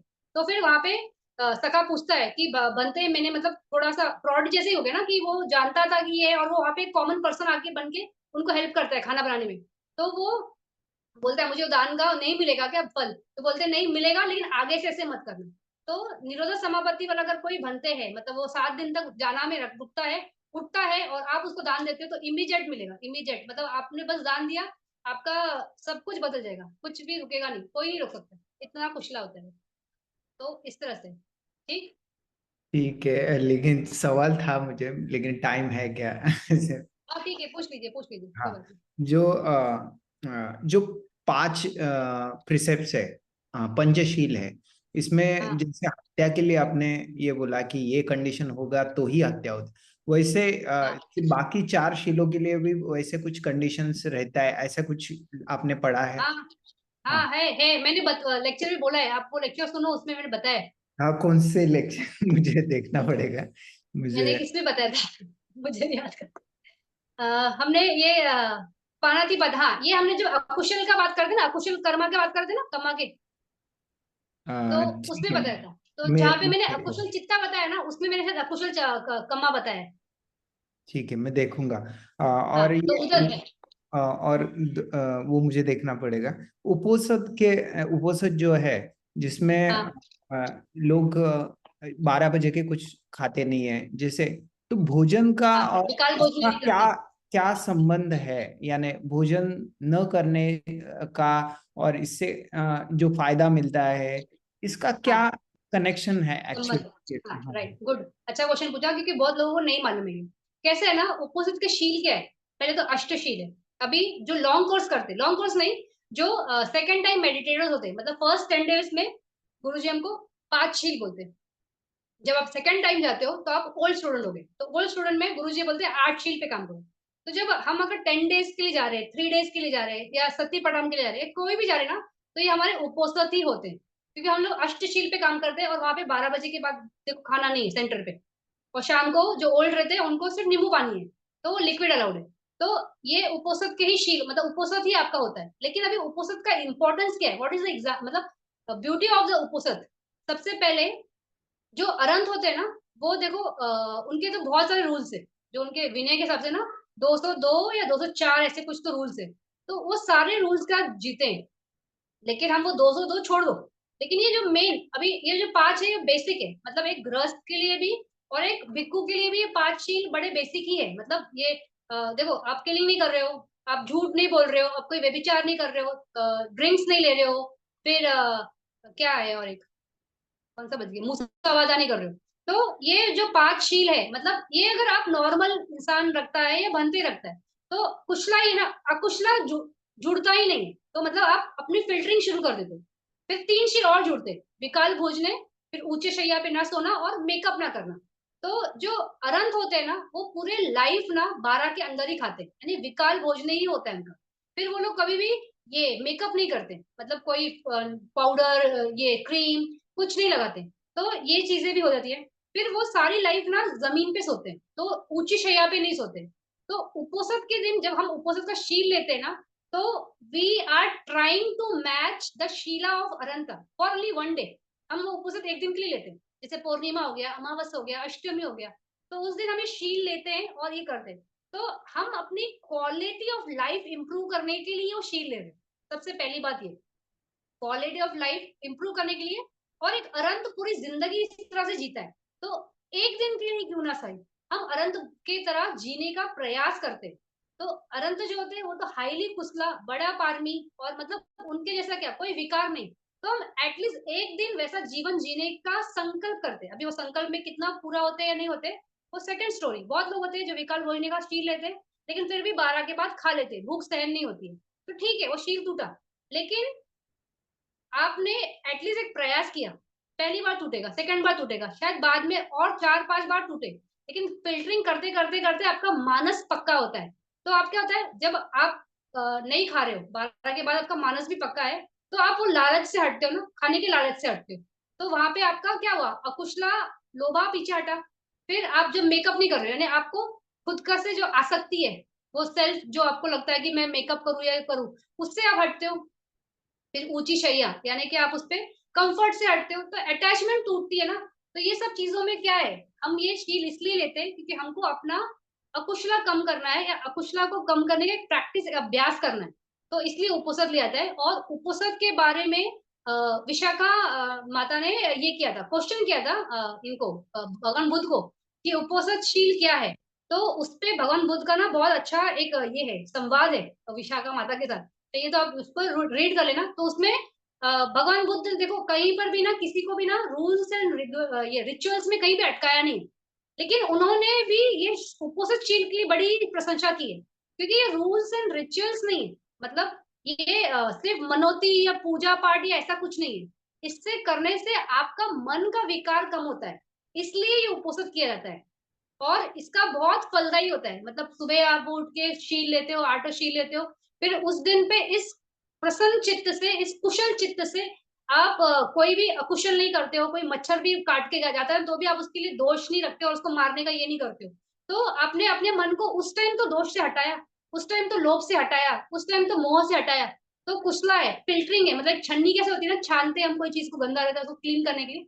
तो उस तरह से उपोषित हमारे चित्त के विकारों को क्लीन करने का एक प्रयास है। और अगर हम उसमें सफल होते हैं और सफल होते रहते हैं, तो वो बहुत कुशला है, उसकी वो बहुत पारमी है। एक्चुअली इसके बहुत रिजल्ट है, बहुत हेवी गुड कुशला रिजल्ट है, अगर आप इसमें उपोषित करते हो और विद अवेयरनेस करते हो कि भगवान बुद्ध के सामने फ्लावर्स ऑफर करना। देखो भगवान बुद्ध को फ्लावर्स के लिए ऐसा कहीं बोल के नहीं है कि मेरे आगे फूल रखो, लेकिन वो आपके मन का वो भाव है कि मैं भगवान बुद्ध उनकी उनकी वंदना करूं, जिन्होंने ये धम्मा दिया, जिन्होंने ये भव से निकलने का मुझे तो ग्रेटिट्यूड, उस भाव से आप करोगे ना, तो वो अगर आप बोलोगे ना अरे भगवान के सामने फूल रखना चाहिए, मैंने फूल रख दिया, वैसा नहीं, वहां पे वो भाव। तो हर लेवल पे वहां पे चेक करना है कि वो भाव है क्या, वो चित्त की चेतना है क्या, वो क्लीननेस है क्या, तो ही आपको उसका फल मिलता है। उपोषित के लिए ना अनाथ पिंडिका के क्या बोलते हैं, नौकर की एक स्टोरी है। वो अनाथ पिंडिका अपने घर में जितने भी उनके साथ जो सेवक थे ना, जो उनके काम करते थे, उनको भी उपोषित रखवाते थे, खुद भी रखते थे और उनको भी करवाते थे। तो एक ऐसा रहता है कि ना वो जंगल में चला जाते हैं लकड़ी काटने के लिए। और ये अनाथ पिंडा क्या पूछते हैं कि उनको बताया है किसी ने कि आज उपवास है, तो सब बोलते हैं नहीं। तो बोलते हैं अच्छा ठीक है, खाना ना उसके लिए बनाना है, क्योंकि ऐसा रहता है कि अभी वो बहुत देर से जंगल से आएगा, तो थका रहेगा, तो भूख लगेगी, तो खाना तो चाहिए ना। तो उस दिन क्या होता है, वो जब किचन में बैठता है ना खाने के लिए, तो देखता है कि ना पूरा घर एकदम पिन ड्रॉप साइलेंस है, और किचन में कोई खाने के लिए आया ही नहीं और अकेला बैठा है। तो वो खाने जाता ही रहता है कि उसके ध्यान में ये बात रजिस्टर होती है कि ऐसा है। तो बोलता है अरे खाने के टाइम तो कितना कोलाहल रहता है कि सब बोलते हैं मुझे ये दो, मुझे वो दो, मुझे ये चाहिए वो चाहिए, तो आज क्यों नहीं? तो पूछता है वो उससे किचन वाले से कि आज क्यों नहीं कोई भी है। तो बोलता है कि ना आज खाना सिर्फ तुम्हारे लिए बना है। तो बोलते हैं क्यों? तो बोलता है आज उपोषित है। तो बोलता है उपोषित क्या होता है? तो वो बताता है कि ऐसा ऐसा ऐसा ये चीज है कि आपको ना अभी 12 के बाद खाना नहीं खाना होता, दिन में खा सकते हो, 12 के नहीं बाद नहीं खाना है। तो बोलता है मैं अभी कर सकता हूँ क्या? तो बोलता है हाँ कर सकते हो। तो फिर अनाथ पिंडिका उसको बोलता है कि नहीं आप नहीं करो क्योंकि आपने बहुत मेहनत की है, तो आप खा लो। तो मानता ही नहीं वो लड़का, वो बोलता है मैं करूँगा। और वो उपवास मतलब वो बोलता है मैं अब से कर सकता हूँ क्या? बोलते हैं कर सकते हो लेकिन आप मत करो क्योंकि आपका बॉडी बहुत थका है, अगर आपने खाया नहीं तो तकलीफ होगी। फिर ऐसा होता है कि रात को ना उस लड़के को ना बड़ी तकलीफ होती है, उसके पेट में ना इतनी एसिडिटी क्रिएट होती है कि वो ज़मीन पे लौटने लगता है। तो उस टाइम अनाथ पिंडिका आते हैं और उसको बोलते हैं ये आप ना घी और शहद खा लो, आपका ये शांत हो जाएगा, पेट की जो धा है ना वो कम हो जाएगी। लेकिन वो बोलता है नहीं मैं करूँगा, मतलब वो सिर्फ़ उस शील के पीछे ना वो चिपक जाता है, मुझे करना है। और ऐसा होता है कि ना उसकी वज़ह से उसकी मृत्यु होती है। लेकिन वो इतना कुचला उसका चेतना था ना कि मुझे उपवास करना है, जिसकी वज़ह से ना वो स्पिरिट गॉड बनता है और वो ऐसा मतलब क्या बोलते हैं उस ट्री के नीचे जो भी माँगोगे ना मिलेगा, ऐसा कुछ तो होता है। तो मतलब एक एक सिर्फ़ शील पालन से उसका इतना कुचला हो जाता है। तो उपवास जो है ना वो ये है कि हम उस दिन पे बड़ी सजगता से, उस चेतना से अपने आप को अरंत की तरह रखने का प्रयास करते हैं। क्योंकि अरंत जो है वो कुछ भी गलत नहीं करते। तो हम इतना सारे शील नहीं लेकिन 8 शील, और ये 8 शील भी बहुत छोटे नहीं है, बहुत बड़े हैं ना कि आप झूठ नहीं बोलोगे, आप ड्रिंक्स नहीं करोगे, आप कोई किलिंग नहीं करोगे, तो कोई अकुशला नहीं है ना, तो मन के विकारों को कम करने का प्रयास, अपने आप को अनंत भंते के लेवल पे लाने का प्रयास और चित्त को इतना निर्मल करने का प्रयास, तो ये है उपवास। It's very powerful. ठीक? ओके। और मुझे वो कठिन चीवर जो देते हैं, मुझे लगता है हाँ, ये वर्षावास लास्ट डे पे। बाद हाँ, मुझे- मैं बहुत पूछ रहा हूँ आज, मुझे लगता है। नहीं ठीक है ना, ठीक है। ठीक। ठीक। आप पूछिए, पूछिए। आशीष जी, वो आप म्यूट हो गए। वो कठिन चीवर जो है वो देते हैं, वो एक्चुअली वो बोलता है कि बहुत फलदायी होता है, हाँ, या तो आपने हाँ, आपको इसके बारे में कुछ पता है, कठिन चीवर के हाँ। बारे में? हाँ, कठिन चीवर बहुत फलदायी होता है। कैसे होता है ना, ये 3 महीने वर्षावास होती है ना, तो 3 महीने ये लोगों को न्यू कुछ कपड़ा वगैरह नहीं होता है ना, क्योंकि वो कहीं जंगल आज तो चलो वो सिटीज़ में रहते हैं, मोनेस्ट्रीज़ में रहते हैं, तो वो वैसे कंडीशंस नहीं है कि बड़े डिफिकल्ट कंडीशंस में लोग रहते हैं। लेकिन पहले के ज़माने में बनते लोग कैसे होता था कि किसी कोई माउंटेन्स में चले गए, कोई कोई ऐसे जंगलों में चले गए, तो कट ऑफ फ्रॉम सिविलाइजेशन रहते थे और वो इसलिए जाते थे क्योंकि धम्मा में पकना है, खुद के लिए टाइम देना है। तो वो करने के बाद फिर जब वहाँ से आएँगे, मतलब 3 महीना वो एकदम निर्मल चित्त से काम करते हैं, अपना कम्मठ-आन लेके काम करते हैं और उस टाइम पे क्या होता है, बहुत लोग अरंत भी बन जाते थे ना, उसी टाइम पे, वो 3 महीने में ही। तो वापिस वही बात आ गई ना, इतना फर्टाइल लैंड और कोई अरंत है और वो वहाँ से अब वापिस मेडिटेशन से आ रहा है और आपने उनको दान दिया। तो वो जो कठिन चिवरा दान होता है, वो उस टाइम पे होता है ना, 3 महीने कोई दान-वान नहीं होता है। वो मतलब आज तो है, देखो आज सिटीज़ में है तो हम लोग वर्षावास में भी कितना जाके दान करते हैं क्योंकि वी हैव एक्सेस। लेकिन उस टाइम पे वैसे वो डिस्टर्ब नहीं करते थे। तो और चिवर वगैरह का दान शायद मेरे ख्याल से उस टाइम पे बीच में नहीं करते थे क्योंकि भोजन दान होता था, क्योंकि जहाँ पर ये मेडिटेशन कर रहे हैं तो लोग गाँव वाले जो है वो सस्टेन करने के लिए संघ को भोजन का दान देते थे, लेकिन चिवर वगैरह का दान नहीं देते। तो लास्ट डे पे दे रहे हो। और चिवर का दान कैसे होता है ना, कंफर्ट का दान है ना कि आप उनको सिक्योरिटी दे रहे हो कि मच्छर नहीं काटे या बारिश धूप ना लगे। तो इसलिए वो कुसला, इसलिए इतना उसका इम्पोर्टेंस है कि वो 3 महीने के बाद फर्स्ट कपड़ा होता है जो ये लोग धारण करेंगे, न्यू कपड़ा, क्योंकि वो उस टाइम पे गाँव वगैरह में या जंगलों में जब रहते थे तो 2 शायद 2 चीवर रहता होगा या क्या पता 1 ही चीवर, हम मतलब मैं नहीं जानती हूँ, इतना क्लैरिटी नहीं है कि 2 या 1 होता होगा। लेकिन शायद भगवान बुद्ध ने ज़्यादा अलाउ नहीं किया है, तो 2 वगैरह या 2 या 3 से ज़्यादा नहीं रखते थे वो लोग। तो वो यूज़ कर रहे, तो बहुत लोग के फट भी जाते होंगे। तो उनको न्यू मिला तो वो दान दान ही है ना, मतलब चीवर का ही दान है लेकिन दान है। तो इसलिए कठिन चिवरा का भी बहुत इम्पोर्टेंस है, क्योंकि 3 महीने के बाद वो फर्स्ट चीवर होता है जो उनको वो धारण करते हैं और क्या मतलब ये धारण करके वो फिर वापिस आएँगे, धम्मा का देसना वगैरह होगा। तो वो जितनी जगह जाएँगे तो वो आपने वो चिवर दिया इस वज़ह से वो लोगों के बीच में जा रहे हैं और आ रहे, बैठ रहे और वो कम्फर्ट आपने दिया तो वो कुसला ही है ना, आपको मिलता ही है। तो इसलिए कठिन चिवरा का भी बहुत इम्पोर्टेंस है। मतलब अपने इंडिया में तो शायद इतना नहीं है इसका सिस्टम, इतना ज़्यादा मैंने मतलब सुना नहीं है कि लोग कठिन चिवरा जो है ना बोलते हैं हाथ से बनाते हैं। तो फॉरेन कंट्री में मतलब म्यांमार में, थाईलैंड में वगैरह, तो वहाँ पे तो इसकी सेरेमनीज़ होती है कि लोग बैठते हैं, रात भर बैठते हैं और वो एक ही रात में वो चिवर तैयार करते हैं। तो काफ़ी लोग उसमें कंट्रीब्यूशन देते हैं। कोई उस कपड़े को हेल्प करेगा परचेज़ करने में, कोई उसको डाई करने में, फिर धागा लाने में या उसमें हाथ लगाने में, मतलब वो उस एक्टिविटी में पर्सनली इन्वॉल्व होते हैं। यहाँ पे तो वैसे नहीं है कि वैसा संघ नहीं है, ठीक है होगा मुझे नहीं मालूम, शायद नागपुर होगा साइड जहाँ पे ज़्यादा स बनते हैं, वहाँ पे ये सब चीज़ें होती होंगी। तो अगर वैसा हम करते हैं तो बहुत कुशल है। मैंने सुना था कि ये जो है वो हमें गेरु कर्म करने से भी बचाता है, ऐसे मैंने सुना था कि कौन सा कर्म? गेरु यानी आपने बोला था ना जो आ, गरु कमा। हाँ गरु कर्मा, कम्मा हाँ, से भी हेवी कमा, गरु कमा। हाँ गरु कम्मा न करने से हमें बचाता है, ऐसे मैंने सुना था एक वीडियो में। हो ठीक। सकता है, मेरे को ये इन्फॉर्मेशन मुझे नहीं है। मैं पूछूंगी बंदे को, एक बड़ी कटिंग चिवड़ा का थोड़ा सा डीप में पूछूंगी और आप लोग से शेयर करूंगी जो ओके। मुझे नहीं पता है। ओके। एक एक एक और सवाल कि वो पूछ लीजिए। 6 इयर्स हार्डशिप में बुद्धा ने स्पेंड किया था जो, तो वो कौन से कर्मा की वजह, क्योंकि मैंने मुझे नहीं, हाँ, हाँ वो कौन से कर्मा तो की कैसे था ना। हाँ, जो भी बुद्ध होते हैं ना, वो जितने आप बाकी के बुद्ध देखोगे ना, तो बोधि प्राप्त करने को ना सबको ना, किसी को हफ्ता लगा, किसी को 10 दिन लगा, किसी को 15 दिन लगा, किसी को 12 दिन लगा। मतलब बहुत कम टाइम में सबने बोधि प्राप्त की थी। सिर्फ जो हमारे सिद्धार्थ गौतम बुद्ध थे ना, जो मतलब अभी शासन के बुद्ध है, उनको 6 इयर्स लगा था। तो this is the maximum time some Buddha has to spend to become a Buddha. तो कैसा होता है ना, कि ना एक पच्चीक बुद्ध होते हैं, और वो बोधि प्राप्त किए होते हैं। और ये हो ना, एक यंग लड़का रहता है, तो अपनी मस्ती में ये बोलता है कि क्या इन्हें मुक्ति मिली और क्या बोधि प्राप्त हुई। तो वो उस पर व्यंग करता है, मतलब उसको टॉन्ट करता है बच्चे बुद्ध को, कि ऐसा है। तो वो जो टॉन्ट किया ना, उसकी वजह से ये इतना अकुशला हो गया, क्योंकि वो मुक्त इंसान को ये बोल रहा है कि तुम मुक्त नहीं है, और बोधि प्राप्त करना कि इतना आसान होता है क्या। तो बोधि प्राप्त करना इतना आसान होता है क्या, ऐसा शब्द इस्तेमाल होता है वहां पे। तो इस वजह से गौतम बुद्ध को 6 साल लगता है, तो शायद वो हफ्ते भर में ही बोधि प्राप्त कर लेते थे। तो खुद का ही विपाक था उनका, उन्होंने टोका था पचेक बुद्ध को जो बोधि प्राप्त थे, और उनको बोलते हैं कि तुम्हें बोधि प्राप्त हो गई क्या, ऐसे होता है क्या, इतना आसान होता है क्या। तो इतना आसान नहीं होता है ऐसे बोला, तो इसलिए खुद के लिए इतना आसान नहीं हुआ, इतना मुश्किल हो गया। तो वो एक्चुअली में गौतम बुद्ध है ना, मुझे थोड़ा सा उनके लिए बहुत करुणा आती है। मतलब ऐसा लगता है कि वो बेचारे इतना इतना सबसे बोलते ना, हर बुद्ध का ना एक अलग क्वालिटी होता है। तो हमारे जो ये थे ना गौतम बुद्ध, ये बड़े प्रज्ञा में बहुत स्ट्रांग थे। मतलब हर बुद्ध का ना एक अलग अलग क्वालिटी होता है, तो ये बहुत प्रज्ञा वाले बुद्ध सबसे ज्यादा, जो इनके टीचिंग्स है, इनके एग्जाम्पल्स है, सब ना बहुत है।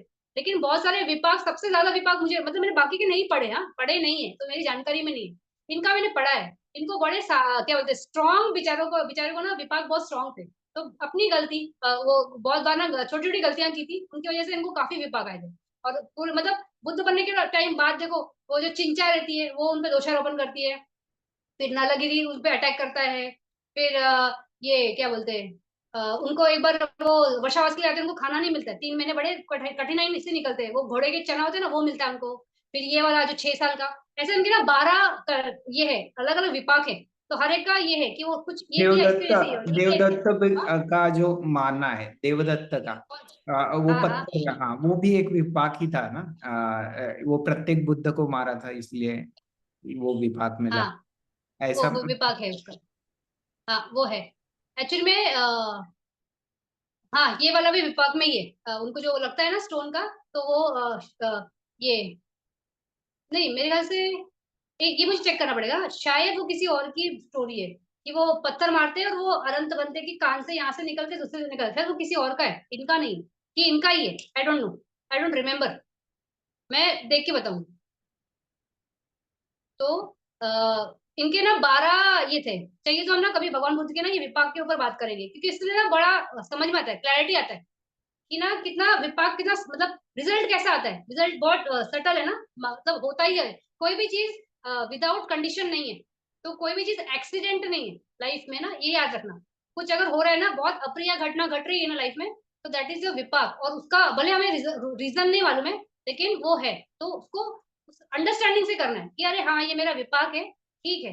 अभी ये बुद्ध भी बड़े वो हैरान हो गए थे, मतलब 6 साल जब इनका ये था ना, तो वो बहुत बहुत मतलब उनका जो वो परिश्रम है, जो जर्नी है ना 6 साल का, इट्स वेरी टीडियस। मतलब एक लेवल में तो ऐसा आ जाते हैं कि मैं अब सांस भी नहीं लूंगा, तो वो अपने ब्रेथ को ना अंदर रोकते हैं। तो बोलते हैं जिस तरह से न्यूक्लियर बॉम्ब से विस्फोट होता है, तो उस तरह से वो अंदर उसके विस्फोट होता है बॉडी के, ऐसे ना हड्डियां ना पूरी चरमराती है, मतलब ऐसे जैसे ना पिस जाती है। इतनी यातना सहन करते हैं, क्योंकि उनको लगता है कि अरे मुझे बोधी चाहिए। तो लेकिन वो जब तक विपाक नलीफाई नहीं होता है ना, तो उसके बाद उनको बोधि प्राप्त होती है। फिर जिस दिन वो नहीं क्या रुक जाते हैं और वो मध्यम मार्ग में आते हैं और फिर उसमें वो एस्टेब्लिश होते हैं और उनको फिर वो बोधि मिलती है। तो बहुत सहन करना पड़ा, मतलब ये बुद्ध को ना बहुत सहन करना पड़ा, बहुत ज्यादा। और ये मतलब ये बुद्ध ऐसे थे ना, जो इनके सामने से शायद तो मेरे ख्याल से 20 बुद्ध इनके इनके लाइफ स्पैन में आके गए, मतलब 20 बुद्ध को इन्होंने देखा। मतलब हर एक के टाइम पे ना ये कुछ ना कुछ थे, कभी बहुत रिच लड़का, कभी बहुत किंग, कोई मिनिस्टर, कभी कोई ये वो, मतलब इतनी बड़ी जर्नी थी इनकी। एक तो भगवान, एक बुद्ध से दूसरे बुद्ध की जर्नी बड़ी मतलब बहुत लंबी होती है। उसमें भी ये 20 बुद्ध के साथ मतलब कहाँ से कहाँ तक आए, मतलब कितना बड़ा संसार चलना पड़ा, इतना संसार में निकलना पड़ा और इतना पारमी को पुष्ट करना पड़ा। मतलब बहुत एफर्ट्स डालना पड़े, बहुत एफर्ट डालने पड़े ये गौतम बुद्ध को, बहुत, और विपाक भी बहुत थे। तो हमारे लिए लेसन है कि हमसे भी बहुत होती है, मतलब अनजाने में भले हम करना भी नहीं चाहते, लेकिन मनोकामना हो जाता है ना कि बैठे बैठे कुछ इतना कुचला आ गया, तो वहां पे ना आ गया तो आ गया, वो कुछ नहीं, मतलब वो वरी नहीं, वो आत्मग्लानि नहीं करना है, मतलब on the spur of the moment वो आपके उसमें आया बना, वो कमा है, उसको छोड़ दो। विपश्यना में वो जड़ कट जाएगी, निकल जाएगी। तो इतना वो नहीं करना है, वरी नहीं करना है, किसी भी कमा को ना बलवती नहीं करना है, स्ट्रांग नहीं बनाना है। तो ना लोभ को स्ट्रांग करना है, ना दोष को स्ट्रांग करना है, ना मोह को स्ट्रांग करना है। ट्राई करना है कि वो वीक ही होते जाए, वीक ही होते जाए। उसके लिए एक्टिवली कुशला करो। और कुशला ये बहुत बहुत बहुत अच्छा बोला, बीच में ना मेरा बंदे से बात हो रहा था, तो बंदे क्या बोले कि जैसे कोई भी कर्मा करते हो ना, कोई भी दान है या कुछ भी है, तो उसमें ना मन की चेतना को ना बहुत सुपीरियर ही रखो, मतलब जानबूझ के रखो उसको ना, इंफीरियर मन हो जाए। जैसे ओखता कम्मा ओमका कम्मा, तो ओखता ही रखना। बोलते ना मतलब बंदे ने बोला कि नहीं क्या, अरे तुम्हारी मम्मी ने बोला तो तुमको ये दान करना है, तो तुम्हारे भाई ने बोला तो इसको करना है, या मतलब बच्चों को पेरेंट्स बोलते, तो बोलते हैं जब करना ही है तो उसको इतना अच्छा ही चेतना से करो।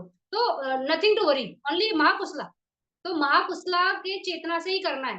कोई कर रहा है ना दान फटाफट, मतलब लोभ के लिए नहीं कि अरे दान कर रहा है, चलो चलो मैं भी उसमें वो अनुमान करूं, वो लोभ नहीं, लेकिन वो बहुत अच्छा कर्मा कर रहा है, मतलब कुशला कर रहा है, दान दे रहा है, संघ को दान दे रहा है। तो वो चेतना इतनी प्योर रखो कि संघ को मिल रहा है तो उसका अनुमोदन कर लो, तो आपको भी मिलता है। तो ये चीजें याद रखनी है कि कैसे कुशला संवर्धन करना है, बड़े सजग होकर। कुशला करने में भी सजग रहना है और अकुशला करने में भी सजग रहना है कि अकुशला ना हो जाए, इसके लिए सजग रहना। ठीक, आशीष जी आपके questions complete. Thank you, thank you, thank you. ठीक, तो नेक्स्ट क्लास में मिलेंगे। और कुशल, अभी कुशल चेतसिक देखेंगे। कुशल चेतसिक बहुत डिफिकल्ट नहीं है, बहुत सिंपल सिंपल है, लेकिन थोड़े से टर्म्स है। तो कुशल चेतसिक देख लेंगे, फिर कॉम्बिनेशन में जाएंगे, फिर हमारा चित्ता चेतसिक का हम कंप्लीट करेंगे। टाइम लगेगा कॉम्बिनेशन में, शायद आप लोग को अगर नहीं समझे तो मुझे रोकना वहाँ पे, क्योंकि वो थोड़ा सा डिफिकल्ट लगता है कॉम्बिनेशन याद करने में। लेकिन समझ गया तो बहुत ईजी है, मतलब मुझे वो ईजी लगता है बहुत, क्योंकि मुझे वो याद हो गया है। तो आपको नहीं समझा तो मुझे रोक लेना वहाँ पे, नहीं तो फिर बाद में आपको वो डाउट में ही रहोगे कि कैसे वो हुआ। तो नेक्स्ट क्लास में मिलेंगे। Thank you for coming. Next class में मिलते हैं। थैंक्स।